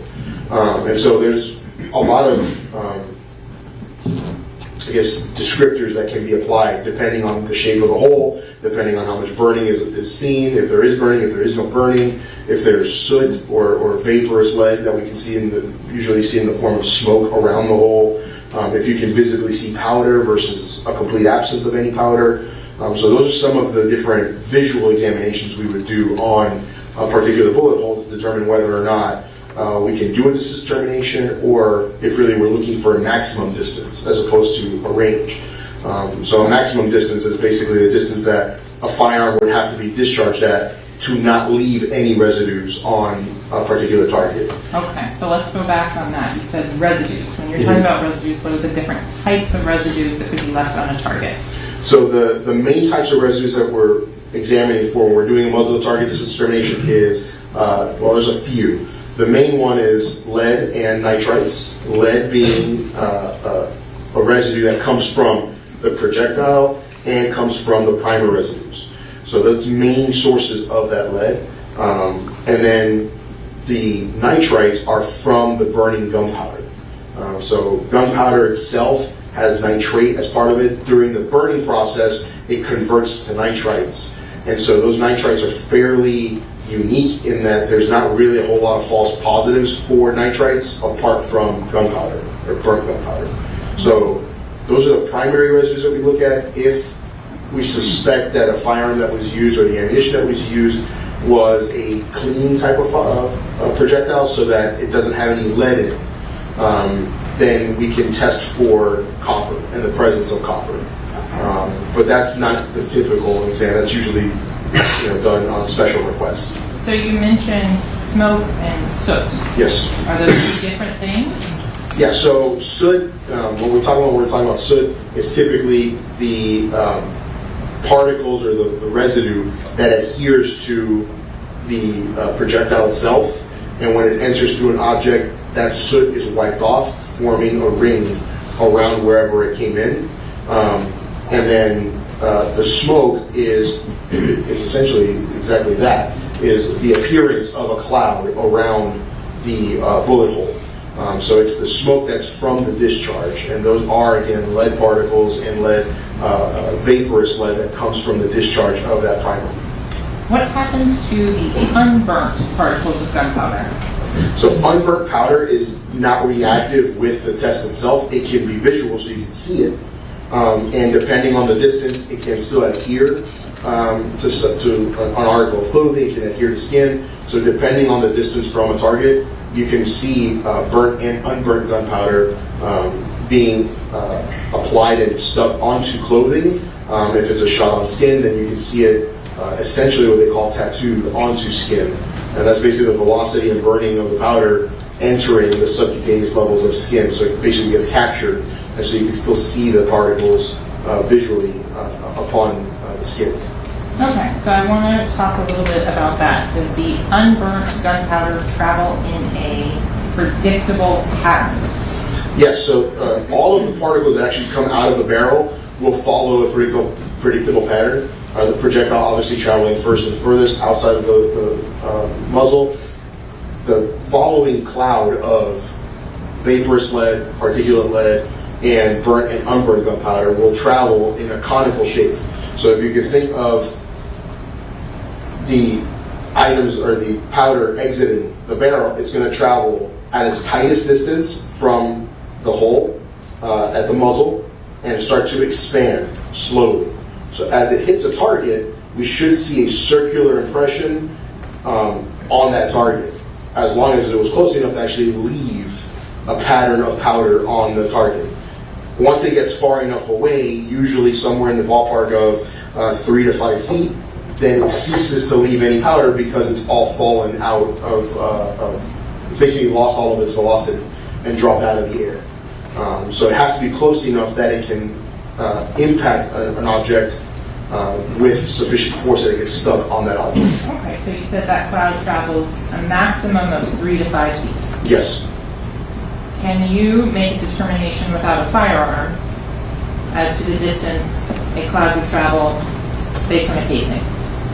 No. So the reason that we don't do any examination like that is because there are many variables that come into play. So like I mentioned earlier, the barrel length, that's one significant variable. If the barrel length is 2 inches versus 6 inches versus 7 inches versus being a submachine gun that might have a 12-inch barrel or a 13-inch barrel, all of that will play a significant role in how much powder comes out of the barrel and how far that will reproduce. And so when we reproduce these patterns, the way that these muzzle target distance determinations are actually done is the first step is to visually examine the unknown, right? So the question impressions. We don't know how far that is. So we'll process it, make sure that there are gunpowder particles present and that there is a pattern present. Once we've determined that part of it, then we have to reproduce it with the knowns. Those knowns are known ammunition. So in this particular case, it's a 40 Smith & Wesson Blazer. I would use 40 Smith & Wesson Blazer. So I'm not going to use a Federal cartridge case. I'm not going to use a Hornady cartridge case. I'm going to use the same manufacturer that was used in the evidence that was submitted. Why is it important to use the same manufacturer? Because if I'm using the same manufacturer, I'm reducing the number of variables that could potentially be in place. So the same manufacturer should be using the same type of powder, same shape of powder, and typically when we're going to do that, we will open we'll open the cartridge and ensure that the amount of powder and the type of powder is consistent with what we're seeing in the evidence. If it's not, then we're going to try to use something that is consistent. So that. Would you try and minimize things such as lot numbers, date of manufacturer, those types of variables as well? If possible, yes. Just so we're clear, are you conducting a science experiment? Essentially, that's what we're doing, is we're trying to reduce the number of variables present so that we can give an estimated range of distance. And even then, even when we can account for, we know it's the right firearm, we know it's the right ammunition, we know the type of primer that was used, and oftentimes we'll be submitted a firearm that has ammunition left in it. And if there is ammunition left in it, then our typical examination is going to be to reproduce the patterns at interval distances, so 6 inches, 12 inches, 18 inches, and so forth. And then once we've shot that with, let's say in this case, 40 Smith & Wesson Blazer, whatever distance is closest to what I found in the evidence, I'll reproduce with evidence ammunition, so that it's the same ammunition that was found in the firearm at the time that it was impounded. And I'll use that as part of my conclusions as well. So normally when we're going to report that, it's going to be a range of distance. I'm not just saying this firearm was discharged at a distance of 12 inches. Why not? The reason we don't do that is we can't account for environmental factors. Can't account for how the clothing was handled. Was there an intervening object? So there's so many variables that you can't just give one distance. Even within ammunition manufacturers, Blazer can put a grain or two more of powder in one cartridge and a grain or two less in the next cartridge. And so there is variability even within the same manufacturer in the same lot number. So as much as they try to keep it to where there's a standard, they have a tolerance, and that tolerance still allows for potential variability. So when we reproduce these tests, the way that we're typically reporting it is that a firearm, or the muzzle to distance, muzzle to target distance determination states that the muzzle of the firearm was no closer than 6 inches, no further than 18 inches. And the edges of that bracket essentially means that I've test fired everything in between and beyond, and I can tell you that the firearm could not have reproduced a pattern that was observed closer than 3 inches, and it could not have done it beyond 18 inches. Right, so I'm giving that range because maybe within that range there was some overlap. So if I shot it at 12 inches and I shot it at 14 inches, the patterns can be very, very similar. So not different enough that I can distinguish the patterns with a naked eye. So if that's the case, then I have to be able to include both of those distances. So you said intervening objects a couple of times. I don't know if we've properly defined that. What would be an intervening object in firearms and distance determination? So depending on the object that's being examined, an intervening object can be anything like a car door, the front door to a house. If a person was wearing several layers of clothing and the person was flat shot, the external object is an intervening object to everything beneath that. So basically the first object that the projectile hits is the object that has the potential to have powder on it. Anything thereafter will not have any powder on it. So if somebody was shot and they were wearing a baseball cap, the baseball cap is going to contain the vast majority of those powder particles. Some of them may make it through the cap, and some of them may be present on the person themselves, but the vast majority is going to be on the baseball cap. What about human hair? Sure, so if somebody shot in the head and you have human hair, that hair is going to capture most of the powder particles. Yeah, you mentioned a pattern of in the powder consuming and the unburnt gunpowder. Can you describe to the ladies and gentlemen of the jury when you say a pattern, what do you mean? So when the powder, Would sorry. it help if you could draw on the screen? Sure. Okay, Good. change the...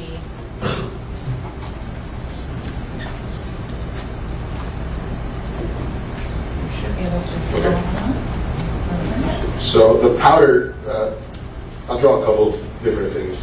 I'm not an artist, so please excuse anything that seemed very rudimentary. So if we're talking about this as being the muzzle of the firearm, the powder is going to exit in a pattern that looks like this, right? So when it hits an object that's flat, perpendicular to the firearm, the pattern that's observed is going to look something, I don't know if you can actually see the dots that I'm drawing.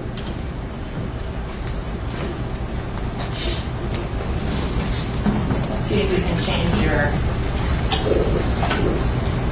options for drawing tools. Try that one, see if that works better. Okay, well, we can work with that.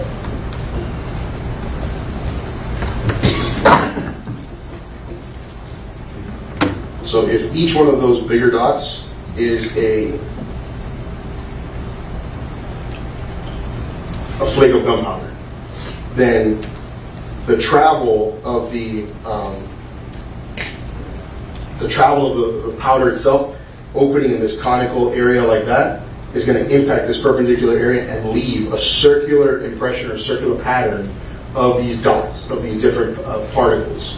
So when we're talking about reproducing a pattern, the pattern that we're looking for is the density of the powder and how far that distribution goes. So the further away from a target, the bigger that pattern is going to be and the less dense it's going to be. The closer, then the tighter the pattern is going to be and the more dense it's going to be. And there are particles that don't travel very far. So if the pattern is far enough, let's say something like 18 inches, you're not going to see vaporous lead. So that lead cloud, the smoke that's observed at close distances, is no longer present after a certain distance. But you can still get a circular pattern of burnt and unburnt gunpowder. So you said vaporous lead falls out at 18 inches. Is that based on training, experience? Yeah, it's a combination of training experience. There's articles that have been done on it and have been published into the GSR training handbook by the FBI. And so it can even be closer than that. Again, that's part of those variables that we have to account for. So was there vaporous lead present? Was there not vaporous lead present? So my testing has to be able to reproduce whatever I'm observing in the unknown.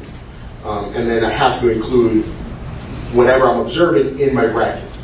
Okay. So when you're talking about then, you said a parallel surface, you have to take into account curvature of the surfaces, anything like that? Sure. You have to take into account also the size of the surface. So if this surface, instead of being this size, is only this size, it's going to capture whatever's landing on it at that time. So what that means is that if my area is only this big, then all of the powder north and south of it aren't hitting anything. So that powder keeps on traveling and doesn't hit anything. It only hits whatever is present there. So all of that does play a factor in your distance determination and how you can reproduce it. And which is part of the challenge of distance determinations is we have to try to reproduce whatever we're seeing. That's the only way we're going to be able to know what that distance is if we can actually physically reproduce it. Okay. If you have a 4-inch barrel versus a 7 or a 10-inch barrel, how does that change the shape of the cloud or the cone as it travels? Well, it can change a few different things. So the cloud itself is going to come out of the barrel at a higher velocity the longer the barrel is. It's also coming out with less powder because a lot of that powder has been consumed inside of the barrel. And so two things are going to change there in that the width of this cone becomes narrower further out. And so if you don't have the correct firearm, you're not actually reproducing that pattern. Let me make sure I'm clear. The width Sure. becomes narrower farther out on a longer barrel. Correct. Okay. Correct. So the shorter the barrel, the wider that the cone becomes at a shorter distance. And the higher the density of the particles that are going to be observed because there's more particles present. And the longer barrel, those particles have been consumed during that combustion, and so less particles and less materials actually exiting the barrel. Okay, so Mr. Bello, if you, for whatever reason, don't have the firearm that was used in whatever distance determination you're trying to recreate, could you use a brand new, same make, same model, same caliber firearm to do this determination? Well, in the absence of a firearm, I don't know what that firearm that was used. So I have no way of saying, okay, well, I'm going to use, let's say all the fire characteristics say it's a Glock. Well, which type of Glock? Is it a Glock 17? Is it a Glock 19? Is it a Glock 43? Is it a Glock 45? So all of those different models fire the same caliber, but they have differences in design. One of those key differences is barrel. And so without knowing that it was in fact a particular Glock 17, I have no way of being able to reproduce that pattern because I can't account for those variables. I don't know what the make and model is of the firearm. Is there any way you can account for any aftermarket alterations to a firearm? Not without identifying the firearm first. And could you explain to the ladies and gentlemen of the jury what types of aftermarket, post-manufacturer alterations are possible on a .40 caliber handgun? So depending on the handgun itself, I mean, you can essentially get down to the point where you've created your own new firearm. You can replace firing pins, you can replace extractors, you can replace ejectors, you can replace the slide, you can replace barrels. You can replace almost every portion of that firearm and still have what they would technically call the same firearm based on the serial number. So the serial number is imported on the frame, and so long as you have the same frame, you technically have the same firearm. And what I mean by that is if I were to have a Glock firearm, and its serial number is USA 123, and I call Glock and I say, hey, I have a Glock firearm, it's a USA 123, can you tell me what the make and model was? They'll tell me, it's a Glock, it's a Model 17. But I could have changed it to a 19. I could have put a different barrel length on it. I could have put an aftermarket barrel, which is not polygonal, it's conventional. So I could have changed any number of variables. The manufacturer has no way of knowing that, right? So unless you have the physical firearm present to do your comparisons and say, yes, this projectile, this cartridge case were produced by the firearm in question, then I have no way of saying that's the firearm that was used. Okay. Does the FBI set forth best practices and materials to use for doing a distance determination? Yes, they do. And what would they recommend? So the FBI recommends that you only do this determination if you've been able to identify fired evidence from a crime scene to a firearm. And so you've been able to do test fires from the firearm and come to a conclusion saying that that firearm produced the evidence at the scene. Okay. So that's the first requirement. So that's number one. What about the type of material you're going to be shooting into? So the FBI recommends using cotton twill jean as the substrate. It's just a substrate that they have found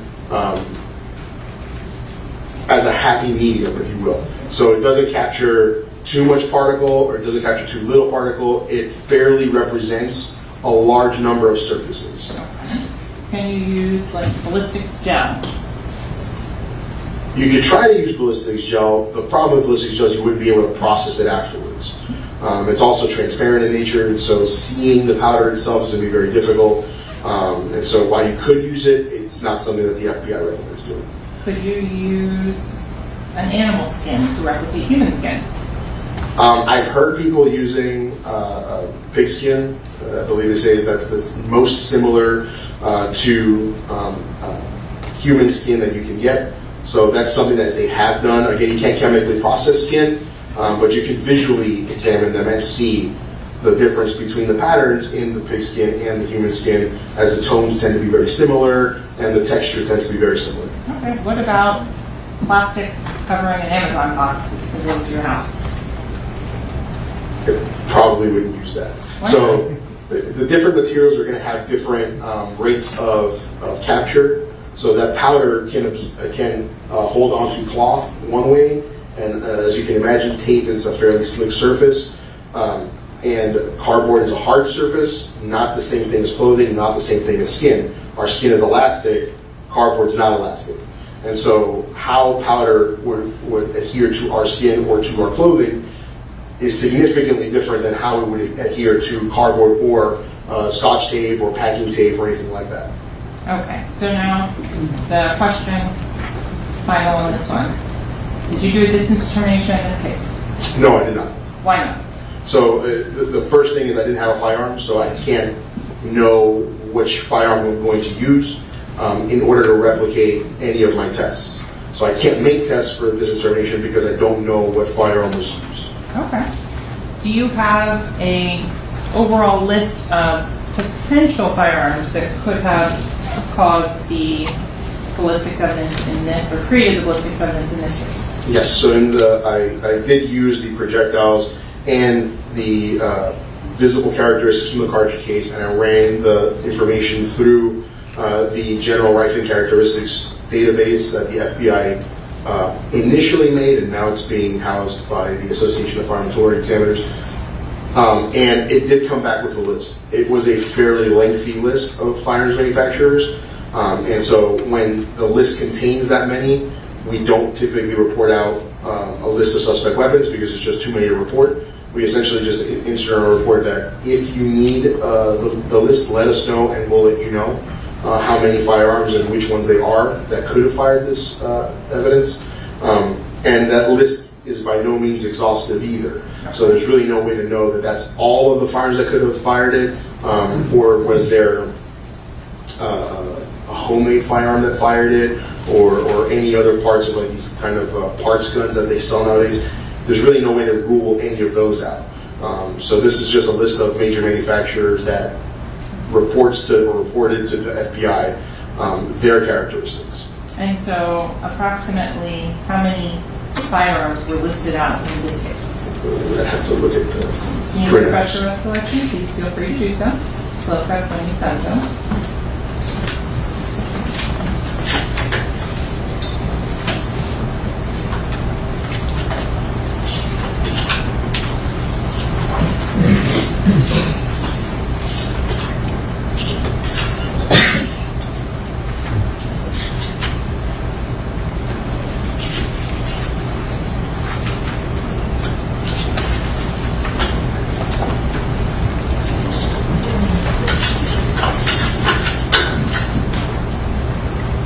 So as far as manufacturers that could have fired the projectiles in 40 Smith & Wesson,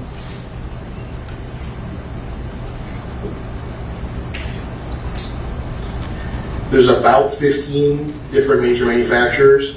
I also ran it again with, there was 2 submissions to me in the case. Okay. So there was an initial submission that contained 3 projectiles, and then there was an initial secondary submission which contained projectiles from the medical examiner's office. And based on the characteristics of the second submission, there was, I think, an even larger number.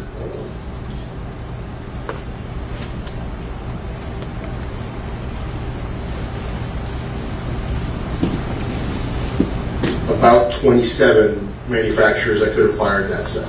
Okay. Can you just pick number 17 off that list and recreate a distance determination? No, I can't do that for a variety of reasons. First and foremost being that these lists are telling me the manufacturers, right? It's not telling me the make and model. So it's giving me the make. So it's saying, possibly Sig Sauer, possibly Sig Arms, but which one of their pistols in 40? It doesn't tell me that. And so the list can be very, very lengthy. It also won't tell me the barrel length of the particular firearm. I'm going to ask you about a very specific firearm. Could you use a Taurus 91? No. Why not? The Taurus 91 doesn't exist. Should I be asking about horsepower on that? You could, I guess, but there's no Taurus. So Taurus manufactures a line of firearms which they bought the patent from Beretta to manufacture. Beretta makes what they call a Beretta 92, Beretta 92 FS, and so Taurus replicates that in their PT 92 and PT 99. So those are the 2 variants of that particular pistol. There really isn't, and the 9 designates the 9mm caliber. So the PT 92 and PT 99 are 9mm variants of that Beretta replicant that they have. Okay, and that's actually the red gun in front of you. Is it a PT 92 replica? Correct. So this is exactly what you would see if you saw a Beretta or a Taurus, whether it's a 92 or PT 92. They look the same. If I held it from over here and I had a Beretta or a Taurus, you wouldn't know the difference between one and the other. Okay. And that was which caliber for the 92? So the 92 is a 9mm firearm. Okay. Is there a 40 caliber that may be closely named to that? So Taurus does make a 40 caliber. They make it under the model name PT 100, PT 101. In terms of the list of firearms that are potential, are some more common than others that you see in the lab? Yes, certainly. Would that help you in doing a distance determination? No, again, because it doesn't tell me which one of their models was used and the barrel length of those models that was used. Okay. So I want to go through now and talk about the individual items of evidence you reviewed in this case. Okay?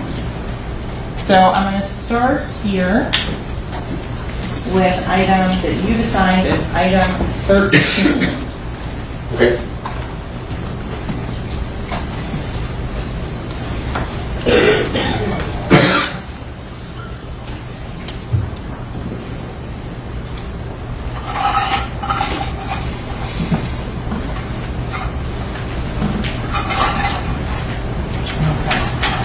And this, I'm sure, has been previously entered into evidence as State 43. Okay. Do you recognize that exhibit? Yes, I do. How do you recognize that? So my initials on the paper bag and the date that I started the examination, as well as my initials and the date that I finished the examination on the seals. Okay. If I may have that back so I can put it up on the screen so it's clear to everybody what we're talking about when we're talking about Exhibit 13.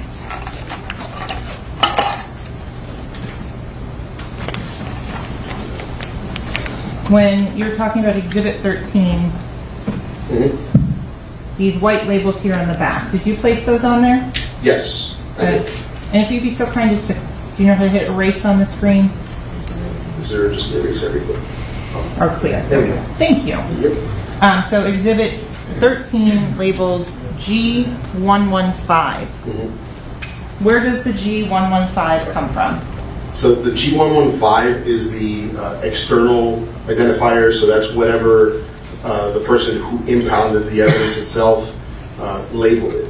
Okay. Typically, that's given to us in the form of a property receipt. Is that There you go. the 115, the number that's there? Is that Yeah. the same? So on Exhibit 13, there's also a case number under there. What is that case number? So that should be the lab number that's assigned again by the lab. So that 1813127, that's the number that's generated by our information management system. Every case that comes to us has to have a unique identifier, and because we're a county lab, we service a lot of different municipalities. We can't guarantee that their numbers won't overlap, but as a lab, we still have to have unique identifiers. And so the system, regardless as to what their identifier is, which in this case was the one below that, at least according to our information management system, we have to have that unique identifier put in place by the laboratory. And so that in this case, it was 1813127. And is that the same for all the disciplines the lab covers? Yes, so it should be. There are cases where sometimes an exhibit might be submitted and either they thought it was affiliated with a different case or something like that, and they gave it a separate lab number. So you might have a separate unique lab number, but you can't have two cases under the same lab number. Understood. So going to Exhibit 13, can you describe to the ladies and gentlemen of the jury what you do to analyze Exhibit 13? So for pretty much any exhibit, the first step I'm going to do is to try to see that whatever I received in evidence is what I'm supposed to have. With fired cartridge cases and projectiles, it's a little bit more difficult just because, as you can see in this case, they're submitted in a brown paper bag or a sealed manila envelope. That's the typical kind of submission for casings and projectiles. So I'll try to feel the evidence and see, okay, this is a bag, it says it has 3 projectiles. Does it have what feels like 3 projectiles? Or does it have a magazine? Or does it have light ammunition? So if I can feel that difference, then I'll stop there and say, okay, whoever submitted this has to make some kind of correction because they're telling me they submitted 3 projectiles, but that's not what I have. In this case, that wasn't the case. It said I had 3 projectiles inside this package, and I had 3 projectiles. So then I open the packaging, and I start to describe what I have in front of me. In this particular case, it was 3 fired projectiles, and so I described them as 3 fired projectiles. If there are cartridge cases, then I'll describe them as 1 fired 40 Smith & Wesson Blazer cartridge case. And that'll be the description for each of the cartridge cases, which is just the caliber, manufacturer, and whether or not it was fired or live. Okay, so on item that your lab number assigned 13, that is the G115 identifier. Do you know where that came from? I don't know where that came from. Did you collect it? No. Do you ever go and collect projectile or casing evidence? No, I don't. Is that part of your job description? No. Do you go to any of the crime scenes? On occasion, we can be called to come out to crime scenes if they're looking for some kind of possible explanation, but that would be a very, very rare case. More often than not, we stay at the lab and we just receive evidence that crime scene or a detective collected. Okay, and where is the lab located? It's on the first floor of this building. So moving on to, again, item 13G115, what did you describe it as? So item 13 was 1 fired projectile. What analysis did you do on item 13? So every projectile in every cartridge case is going to receive every projectile will receive a projectile worksheet or a bullet worksheet. On that worksheet, we capture information that is standard. And the basis for that worksheet is just to see, okay, am I looking at a 40 caliber projectile? Am I looking at a 38 caliber projectile? Am I looking at a 45 caliber projectile? The importance of that is that if I have different calibers, they couldn't have been shot in the same firearm. And so that will preclude me from moving on to the next step of taking the evidence to the comparison microscope. If everything has the same characteristics, where it's a 40 caliber projectile, they have or could have 6 land impressions, they all twist to the right, then they all could have been fired from the same firearm at that point because all the class characteristics align. Then I would have to take them to the microscope to see if I can individualize them. So at that point, I'm looking for the individual characteristics to see whether they were fired at the same firearm or whether we have 2 separate firearms involved or 3 separate firearms involved. So until I do that final, I won't know how many firearms are actually involved. So you do that for every item that's submitted projectile-wise initially? Yes. Okay, so we won't go through that on each one. Okay. Specifically on Exhibit 13, the G115, what caliber was that projectile? It's a 40 caliber projectile. When you say 40 caliber, does that translate to millimeters, inches, some other specialty? So 40 caliber is actually in inches. It has a synonym in metric, so it has a 10 millimeter synonym. So 40 caliber is if I took the widest portion of the projectile itself, it would measure 0.4 inches from one side to the other. If I changed it to metric, it should measure about 10 millimeters from one side to the other. Okay. How do you know the difference in tell between a 40 caliber and a 10 millimeters? They're equal. So the projectile itself really can't tell me the difference. So when we list them as a 40 caliber as opposed to 40 Smith & Wesson. But 40 Smith & Wesson is also a much more popular cartridge. For every, I can't tell you the last time I saw a 10 millimeter auto in the lab. I think probably for every 5 years we might see 1 or 2 10 millimeter autos, whereas we'll see a 40 Smith & Wesson almost daily coming to the lab. So just the difference in popularity of the two is what's going to push it towards being a 40 Smith & Wesson versus a 10 millimeter. So when you're looking at the projectile, how do you take into account any deformities from hitting intervening objects or the rifling on the barrel? How do you measure and still take those into account? Sure. So when I'm looking at the worksheet, one of the portions of the worksheet we use to describe the physical evidence we have. That's especially true and important for projectiles.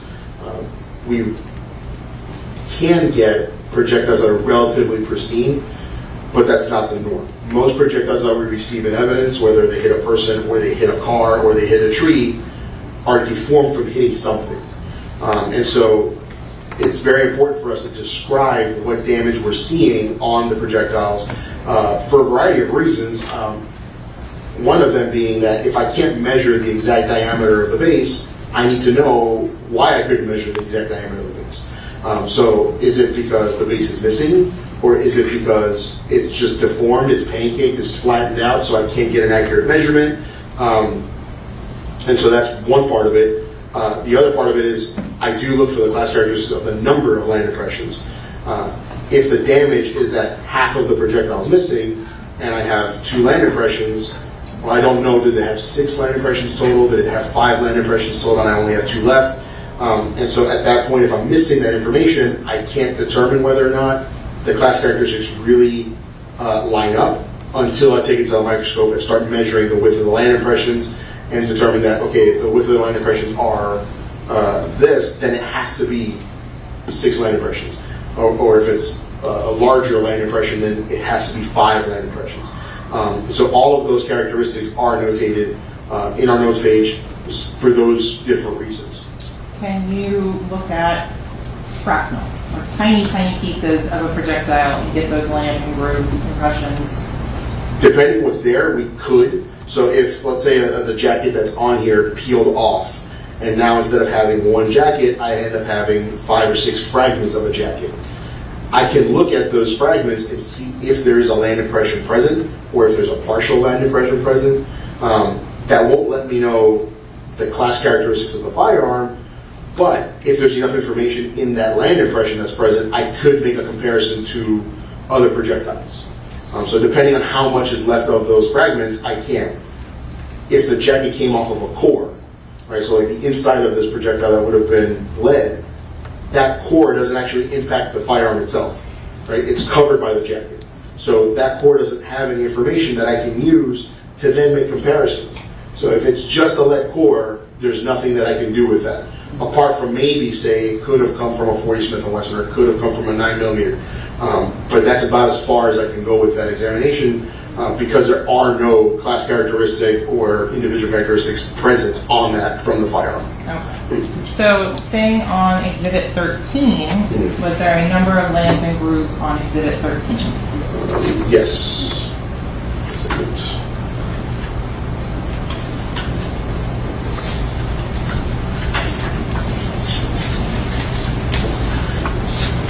So Exhibit 13 had 6 landing grooves. Okay. Did it have a direction of twist you were able to document? Yes, it was right-handed twist. Okay. Did it have a bullet weight? Yes, so the overall weight of that projectile was 179.4 grains. 179.4 grains. Okay. What is a cannelore? So a cannelore is a mark that's put in by the manufacturers. It's served many purposes in the past. Nowadays, a lot of them are putting it in there just for aesthetics. So it's a ring that goes around the circumference of the projectile itself. And so before, cannelores were put in place for lubrication. That was their primary purpose, is they would line that indentation in the projectile with lubrication so that as the projectile traveled through the barrel, it simultaneously lubricated the barrel, or at least that was the thought. It turns out that they travel at such velocities that they're really not lubricating anything in that barrel. They're just flying out of there and taking most of the lubrication with them. And so nowadays you can have cannelores, but most manufacturers today don't really use cannelores. Did Exhibit 13 have that feature? 13 did not have any cannelores. Okay. What material was the bullet made out of? So the material was copper and lead. Is there a type or of the jacket that you described earlier? Mm-hmm. Do you catalog that as to Exhibit 13? Yeah, so Exhibit 13 was a full metal jacket, so it's very similar to what you're seeing here in that it had a rounded nose and the base of it was not jacketed. So the lead of the core was exposed in the base. Okay, so full metal jacket. Was it magnetic? It was not magnetic. The lands and grooves, could you see 6 of each of them? Yes. The rifling, is there a type of rifling or characteristics of rifling? So the rifling type itself was conventional, and all that really means is a lot like this model. Conventional rifling has very clearly defined shoulders or edges to the impression. If it were to be polygonal, they kind of have the inside of the barrel looks almost like a hill, and so there are not clearly defined edges that are visible on the projectiles that come from polygonal barrels. And polygonal barrels are commonly used in what type or manufacturer of firearms?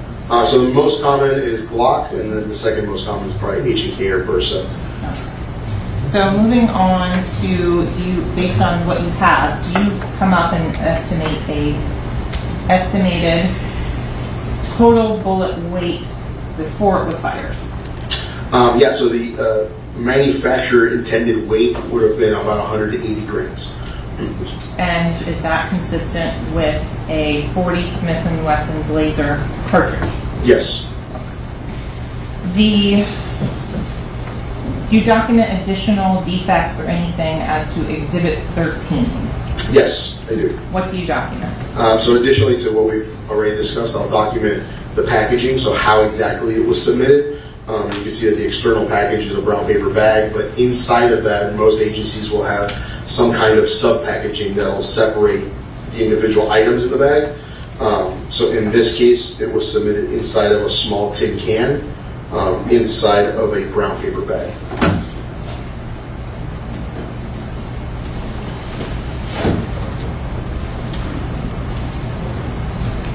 So I'm going to go ahead and publish your Exhibit 13, which is part of States 43. Do you additionally, when you are labeling them, sub-label the item inside as well, or do you rely upon? The tin might have either my handwriting or the label on it. Okay.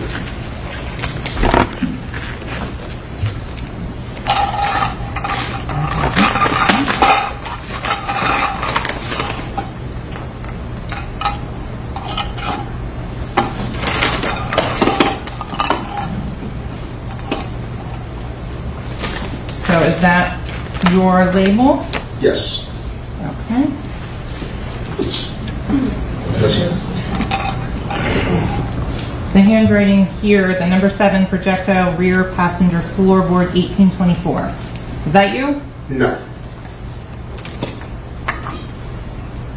So when you're talking about the nose of the bullet, can you show the ladies and gentlemen of the jury what you mean by the nose of the bullet?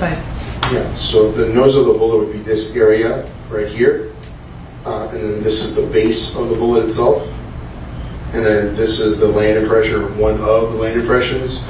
And you can see that from the base to the nose, it is slanted right, if I were to make the base flat. And so it has that right hand twist. And when you measure the lands and grooves, do you document those measurements? I do. Why do you do that?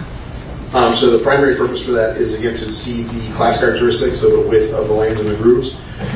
If there is a significant difference between those numbers, in between two projectiles, then that would preclude it from having been fired in the same firearm. And then additionally, I can take those numbers and put them into the general rifling characteristics database and see if there's any suspect weapons that have those same measurements. Okay. So I'm going to move on now to Exhibit 14 in this same, your Exhibit 14. Is that your label that's placed on there? Yes. What description did you have as to the G number for Exhibit 14? 116. And this number 24 projectile front driver's side floor under brake pedal 1846. Is that your handwriting? No. Okay. So looking at your Exhibit 14, G116, I want to go through those same questions again. What was the measurable caliber of that item? So the caliber measured to be .401. And how does that compare to the last one? It's very similar. I mean, a slight difference. The other one, I believe, measured at .400. So it's a difference of 1,000th of an inch. That's within tolerances for the same caliber. Okay. How many lands and grooves did you see on this particular one? I saw at least 4 landing grooves that were present. The other 2 were either damaged or just not readily visible. Okay.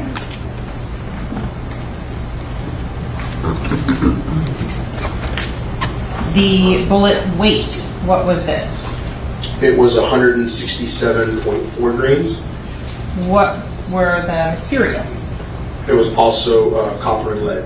Any candelure? No. Did you see candelures on any of the projectiles here? No. The jacket type, what was it on Exhibit your 14? It was also a full metal jacket, so it has that same characteristic where it has either a flat or a rounded nose and an open base where the base is exposed, the lead core is exposed. So in here you said there was only 4 lands or grooves visible. How does that compare with the last one? That you said there were 6 lands and grooves. So the last one had 6 landing grooves that were visible. These 4 landing grooves are visible just because of damage, so there are parts of the jacket that had been ripped off, likely due to passing through an object or impact. And so that's the only difference, really. And you said passing through an object. You previously talked about going through glass. What other items would cause damage to a bullet? Honestly, it could be almost anything. If it went through a body and hit bone, it could fragment. It could have the jacket peeled off. If it hit a car door, if it went through any kind of harder object.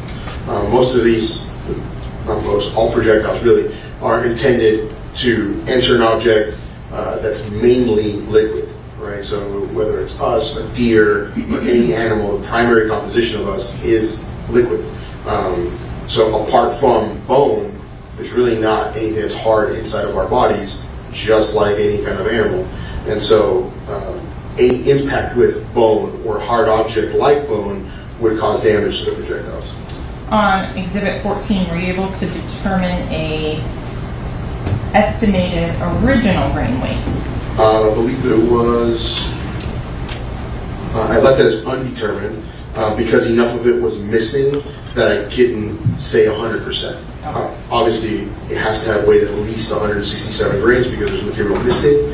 And so it precludes certain calibers, but I didn't want to give an exact probable weight just because of how much was missing. With regards to the notes that you made with regards to your analysis of this, how did you document your additional data or findings?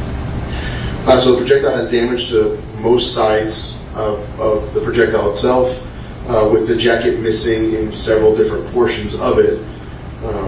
The base of the projectile remains relatively intact, which is, again, not necessarily abnormal. If you think about how a projectile travels, the nose of the projectile is the first thing that's going to impact anything. The base is the last thing that's going to impact anything. So more often than not, the more significant damage is on the nose end of the projectile, and the base is usually the area that remains least damaged. And it does have some of the land impressions intact, which could be measured. Were the lands and grooves consistent with Exhibit 13 in measurements? Yes, they were in similar range of sizes. So, Mr. Bello, how do you make sure that you don't accidentally put Exhibit 13 in Exhibit 14's container? What types of controls are in place at the lab to prevent that? So when we examine the projectiles themselves, typically the projectiles are going to have some kind of labeling, usually put on there by myself as well, either a permanent marker or in a scribe, which is just a metal pen. I can write on metal with it. But aside from that, we are only handling evidence from one particular case at that time or at that moment in time. And so if something were to be swapped, theoretically speaking, it may get swapped 15 to 16 or 16 to 15, but it wouldn't be 15 from this case to 15 from a different case. Because I'm only looking at evidence from this case at one time. If you have one that is a known and one that is a questioned, what steps do you take to make sure those are kept identified and separate? So the knowns are also typically labeled with the exhibit number of that known. So if let's say there's a known firearm, they'll be labeled T1 or T2, so test 1, test 2. And so that will clearly distinguish it from any of the evidence in the case. Okay. So moving on to Exhibit 15. Is this your label that is on there? Yes. What's the purpose of the barcode that's on all of these? So it's a barcode that really our system itself puts in place. And that barcode just contains that same information that's underneath.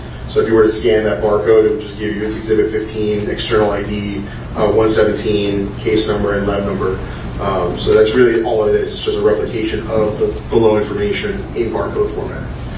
In terms of when you first get the evidence, when it's given to you, how do you retrieve it? So I retrieve the evidence from a firearms vault. So the firearms unit actually houses all of its evidence inside of our own unit. We have a fairly large room that's secured by alarm and a vault door where all of the evidence is kept. When I'm going to work on a case, because I'm the supervisor, I also will assign myself the case. So I'll pull the evidence, I'll assign it, and then I go to the vault physically and I retrieve the evidence from our evidence vault. Do you work on more than one case at a time? I only ever have the evidence for one case open at one time. So one case open. When you are finished with the items of evidence, where does it go back to? So when I'm done with the evidence, it'll get sealed back up into the original packaging. If the original packaging is too damaged or something's off with it, then I'll create a new packaging for it. And then it'll be sent back to our central receiving, which then sends it back to whoever the submitting agency was. Do you reseal it with evidence tape and your name and CCN? Yes. What is a CCN? So a CCN is just a badge number. It's an employee identification number. Are you a sworn law enforcement officer? No. Okay. Are you a civilian employee of the Sheriff's Office? Yes. Okay. The large green sticker that's on these items. Is that placed on by the lab as well? Yes. So going to item, your exhibit 15, described as G117. Did you measure the caliber of this particular projectile? Yes. Okay, what was the measurable caliber? So the caliber for that one measured to be .400 inches. Okay, so that's the same as your exhibit 13? Yes. On the number of lands and groups, how many were there? There were 6. What was the direction of twist? It was a right-handed twist. Did you have a bullet weight you were able to determine? It weighed 179.4 grams. Was the materials able to be determined as to what this bullet was made of? Yes, it was also made of copper and lead. What type of jacket was it? So like the other two, was a full metal jacket projectile. Was it magnetic? No. Were you able to view all 6 lands and all 6 groups? Yes. The rifling type, what was it? It was also conventional. Were you able to determine a probable grain weight of the original bullet, an estimate? Yes, so this one was also 180 grains. With that information, were you able to determine a potential caliber? It was also 40 Smith & Wesson, yes. The damage or anything to this projectile, what did you document? That the nose was slightly flattened, and that there are parts where the copper jacket is missing. However, the projectile's base is in good condition. Okay. Did you measure the lands and groups on this one as well? I did. Were they consistent with the other 3 ones? Yes. Okay. So once you've looked at these 3 projectiles, are those the first 3 projectiles you got in the initial submission? Yes. Okay. You'd mentioned earlier that there was 2 separate submissions. Did you do a comparison between exhibits 13, 14, and 15? I did. And how did you do that comparison? So once I did the worksheets and I saw that none of the evidence really could have been precluded from being fired in the same firearm, based on just the class characteristics that were observed, I took the projectiles to the comparison microscope and I looked at them underneath the comparison microscope. So going back to the first photo we looked at earlier, at the bottom it says exhibit 13 and 15. Correct. What does that indicate to you that these are showing photos of? So that projectile or exhibit 13 is on the left stage, so on the left side of the microscope, and exhibit 15 is the projectile that's on the right side of the microscope. Were you able to come to a conclusion as to whether or not they were fired in the same firearm? And yes, there was sufficient agreement of individual characteristics to say that both of these projectiles came from the same firearm. Okay, so I want to make sure we're clear. Were the class characteristics the same? They were. How does the class characteristics being the same, is that enough for you to say and individualized that they are a match from the same firearm? No, it doesn't. So explain the individual characteristics Right, that so you were able to show. the class characteristics, like we talked about earlier, was the caliber, the number of lands and grooves, the width of the lands and grooves. So the measurement from this black line to this line down here needs to be consistent. And obviously, if you can imagine that this is the impression that's coming from the barrel of the firearm, if this impression is all the way out to here, then that's a different firearm. There's no way that they could have come from the same firearm. So once all of those class characteristics agree, then I can say, okay, well, they came from the same type of firearm at least. Let's find out whether or not they came from the same firearm. Then what I'm looking for is all of these scratches that are in here. So this individual detail that comes from the manufacturing process of that land impression. So that's the area that is raised inside the barrel of the firearm that leaves this recessed area in the projectile. And the agreement of all of these different little scratches that you can see is the agreement that I'm looking for to determine whether or not they did come from the same firearm. Mr. Bello, does the magazine being different or changed in any way alter the way a firearm operates? No, not typically. So as long as the magazine is a functioning magazine, so it still has a spring inside of it, it still has its floor plate, feed ramp, then as long as the magazine fits in that firearm, you can use any magazine that would fit in that firearm. there are magazines that come standard with the firearms? Yes, there Are are. there aftermarket magazines that are available as well? Yes. Okay. Is there any way to tell from the projectile what type of magazine it was loaded in? No, there's really no way to know what magazine it came from. Is there any way to know from the casing what type of magazine it was loaded in? Not the type of magazine. Sometimes the magazine can leave marks on casings. So sometimes it could be possible to compare marks from known replicas of a magazine to unknowns.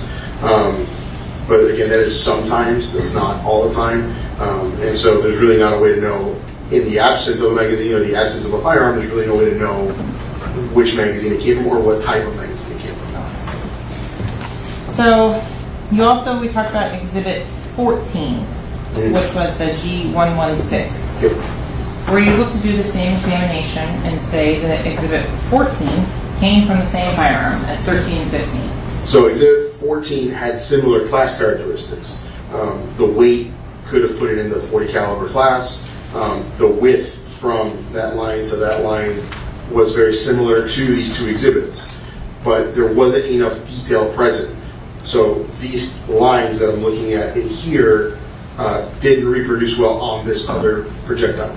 So in the absence of information, I can't eliminate it as having been fired from the same firearm, because sometimes firearms can mark slightly different, and so the absence of information doesn't allow me to eliminate it as having been fired from the same firearm, but I can also not identify it because there's not enough agreement. And so that's where it falls into an inconclusive class where it could have been fired in the same firearm, but without this additional information, I can't really say for sure whether or not it came from the same firearm. And so it's clear for the ladies and gentlemen of the jury, do you photograph each and every one of the comparisons that you make? No, I'll photograph a representative of the identifications I make. Basically what that means, if I identified all of my projectiles on this particular land impression, then I'm going to take one picture of this land impression. If I couldn't identify one of them on this one, but the next one over, then I'll also photograph that comparison, because it's a different comparison. The only reason we do that is that, really for brevity's sake, if I had 12 comparisons, they would all look like this. And so it's kind of useless to have 12 pictures that all look the same and say, look, here's 12 pictures. This representation is the same thing I was looking at if I made other identifications on this land impression. And so you indicated that there were 6 Lansing grooves on 13 and 15. Mm-hmm. When you're doing the comparison, do you match it each and every one of those? Yes, we certainly attempt to. Yeah. Your Honor, this may be a logical breaking point for lunch. All right, ladies and gentlemen, we'll take our luncheon recess now. Just leave your notepads on your chairs. Remember the admonition, do not discuss the case, don't form any opinion about the case, don't allow anyone to discuss the case in presence. In terms of no research, we'll see everybody back at 1:30, all right? Have a nice lunch.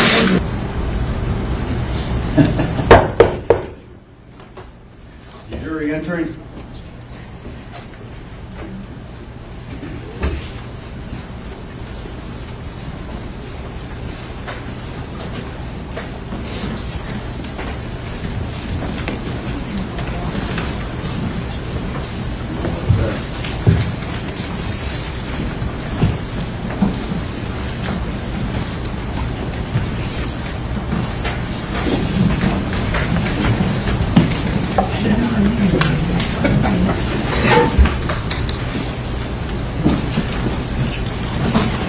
Then you may be seated. Let the record once again reflect the presence of the defendant, Mr. Demons, his counsel, the assistant state attorneys, the ladies and gentlemen of the jury, and all witnesses. Mr. Bello remains on the stand. Ladies and gentlemen, I trust you all had a nice lunch. We're going to resume with Mr. Bello's testimony, so I think you were still on your direct examination, counsel. Yes, Your Honor. You may proceed. Thank you. Okay, Mr. Bello, we've gone through the projectiles that were recovered in the subject of your January 11th, 2019 report. I'm going to go now to the projectiles from your March of 2022 report. So I'm showing the defense counsel has been marked as state YY for identification purposes.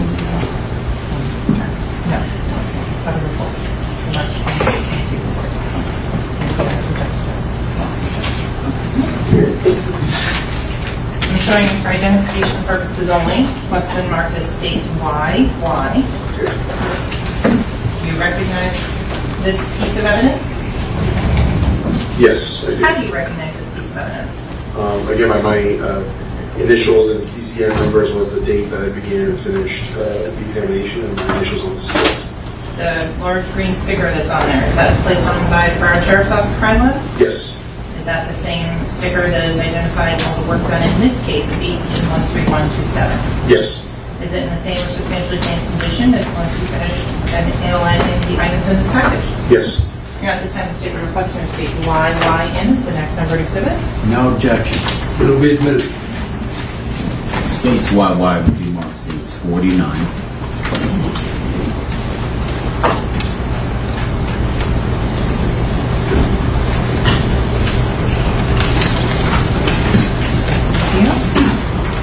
Okay, Detective, I'm sorry. Mr. Bello, with regards to this states 49, did you analyze the items inside this package? Yes, I did. What are they? So they are projectiles or projectile fragments that were submitted to the crime lab from the medical examiner's office. And in terms of the location of where they were recovered from, were you present when they were recovered? No, The determination as to where they were recovered from or how you document them in your report, where is that description coming from? so it's either from the property scene, so that's how the detective or crime scene investigator described it, or from a label on the projectile itself from the medical examiner's office. So I'm going to start with item, you have one item 30 and then you have 8 sub-items. Yes. Why do you do it that way? So from the time that I wrote the initial report to this secondary report, our protocols just changed, and that we're describing as the primary exhibit, so in this case exhibit 30, as the container containing the evidence. And then we would go on to describe the individual items that were being analyzed underneath that as sub-items. Okay, so 30.1, 30.2, et cetera, through 30.8. Correct. Okay.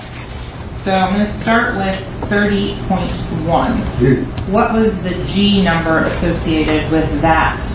So 30.1 was G44. Did you analyze that projectile? I did. Did you do it the same way that we talked about with the ones 13, 14, and 15 that we spoke about previously? Yes, they would all get the same worksheet and the same categories would be analyzed. And in terms of on 30.1, starting with that one, were you able to determine a caliber measurement?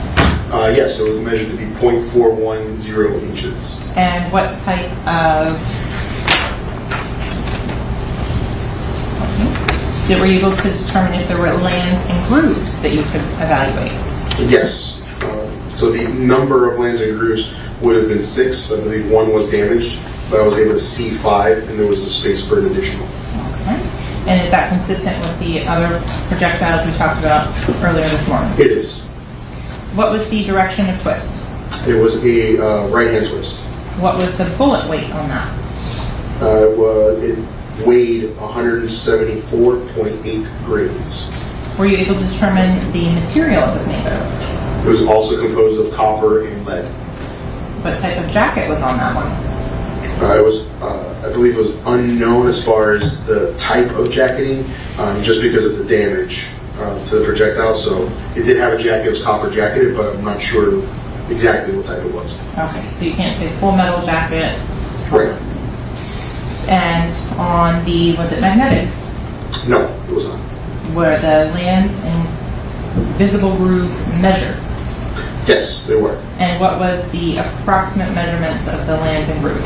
It was very similar to the other ones. It was .078 to .081 inches for the lands, and the grooves measured to be approximately .115 inches. Okay, now to speed this up a little bit, with regards to all the other items, 30.2, 30.3, 30.4, 30.5, 30.6, 30.7, and 30.8, did they all measure approximately the same caliber? Yes, they did. And what was that? It was approximately 40 caliber. consistent with a 40 Smith & Wesson. Did they all have the no more than 6 lands and groups? Yes. With regards to the direction of twist, could you measure that on each of them? Yes, they were all right-hand twist. All, in terms of the candelures, on this particular item, 30 and all sub-items, did they have any candelures? No, none of those had candelabers. The bullet material as to each of them, what were they all? They were all copper and lead. With regards to, were they all magnetic or not? They were all non-magnetic. The rifling as to each of those, what type was it? It was all conventional. Were you able to determine a possible caliber on each of them? So each of them were consistent with a 40 caliber projectiles, possibly 530, a 40 Smith & Wesson firearm. Okay, so could you say that each of them were consistent with one another? Yes, as far as class characteristics, they all lined up. Were you able to give individual characteristics and tie them each together? So for this set of projectiles, no. So I grouped them into two different groups. Okay, why did you do 2 different groups? So the first group that I grouped into had agreement of class characteristics, but because of the damage to the projectiles, I couldn't find agreement in any of the individual characteristics, and there was no disagreement in characteristics either. So for that one, it was just essentially, it could have come from the same firearm, or they could have been fired in the same firearm, and that's exhibits 30.4, 30.2, 30.3, 30.6, 30.7, and 30.8. So those could have been fired in the same firearm based on just overall agreement of the class characteristics. And so it's clear, and we're consistent in all of our numbering. 30.1, you already testified, was G44. Yes. What was 30.2? It was G57. 30.3? It was G58. 30.4? G59. 30.5? G60. 30.6? G61. 30.7? G62. 30.8? And G63. Okay. The second group that you said you did involved which particular projectiles? So those were 30.4, 30.1, and 30.5. Okay, so 30.4 is in both groups. Yes. How is that possible? It's basically it was the representative that had the best detail to try to compare to all of the groups. So that's the why that one's included in both of them, as both groups were compared to 30.4. Okay. So with 30.4, 30.1, and 30.5, were you able to draw any conclusions? So the conclusion was still inconclusive. However, there was agreement of some individual characteristics. So for firearms examination, we have really 3 tiers of inconclusive results. There's inconclusive, where only class characteristics are consistent, and that's essentially a 50-50. Maybe they did, maybe they did not come from this gun. There are inconclusive results where there is agreement of class and some individual characteristics, which indicates that they were fired in this firearm, but there's not enough individual detail, or not enough agreement of the individual detail to make that next step and say that they're an identification, so that they did all come from that firearm. And then the third category is that there's agreement of class characteristics, however, there is no agreement of any individual characteristics. And so that's basically indicating that even though the class characteristics might agree, it is likely not that firearm. There's just not enough difference to say for 100% that it's not that firearm. Okay. Does that conclude all of the evaluation you did with regards to projectiles in this case? Yes. Okay. Moving on to cartridge casings. Were you provided some of those to analyze as well? Yes, I was. Okay. Approaching and showing you what's been previously admitted into evidence as states 35 and states 23. Take a look at those. Do you recognize? So you first look at states 35? Yes, Do you recognize that exhibit? I do. How do you recognize that exhibit? Again, based on the my initials, the employee ID number, as well as the date that I began and date that I finished the examinations, and my initials on the seal. And then the same thing for states 23. Okay. So on these two exhibits, did you analyze the items contained within? Yes, I did. Okay, so if I may.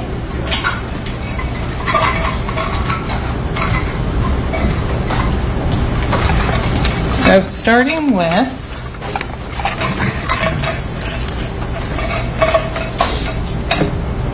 what you have documented in your report as item number 4, G196. Correct. Did you analyze that cartridge casing? I did. And how do you analyze a cartridge casing as opposed to a projectile? So similarly to projectiles, they do get assigned a worksheet that I add to each of the cartridge cases. Those worksheets are going to capture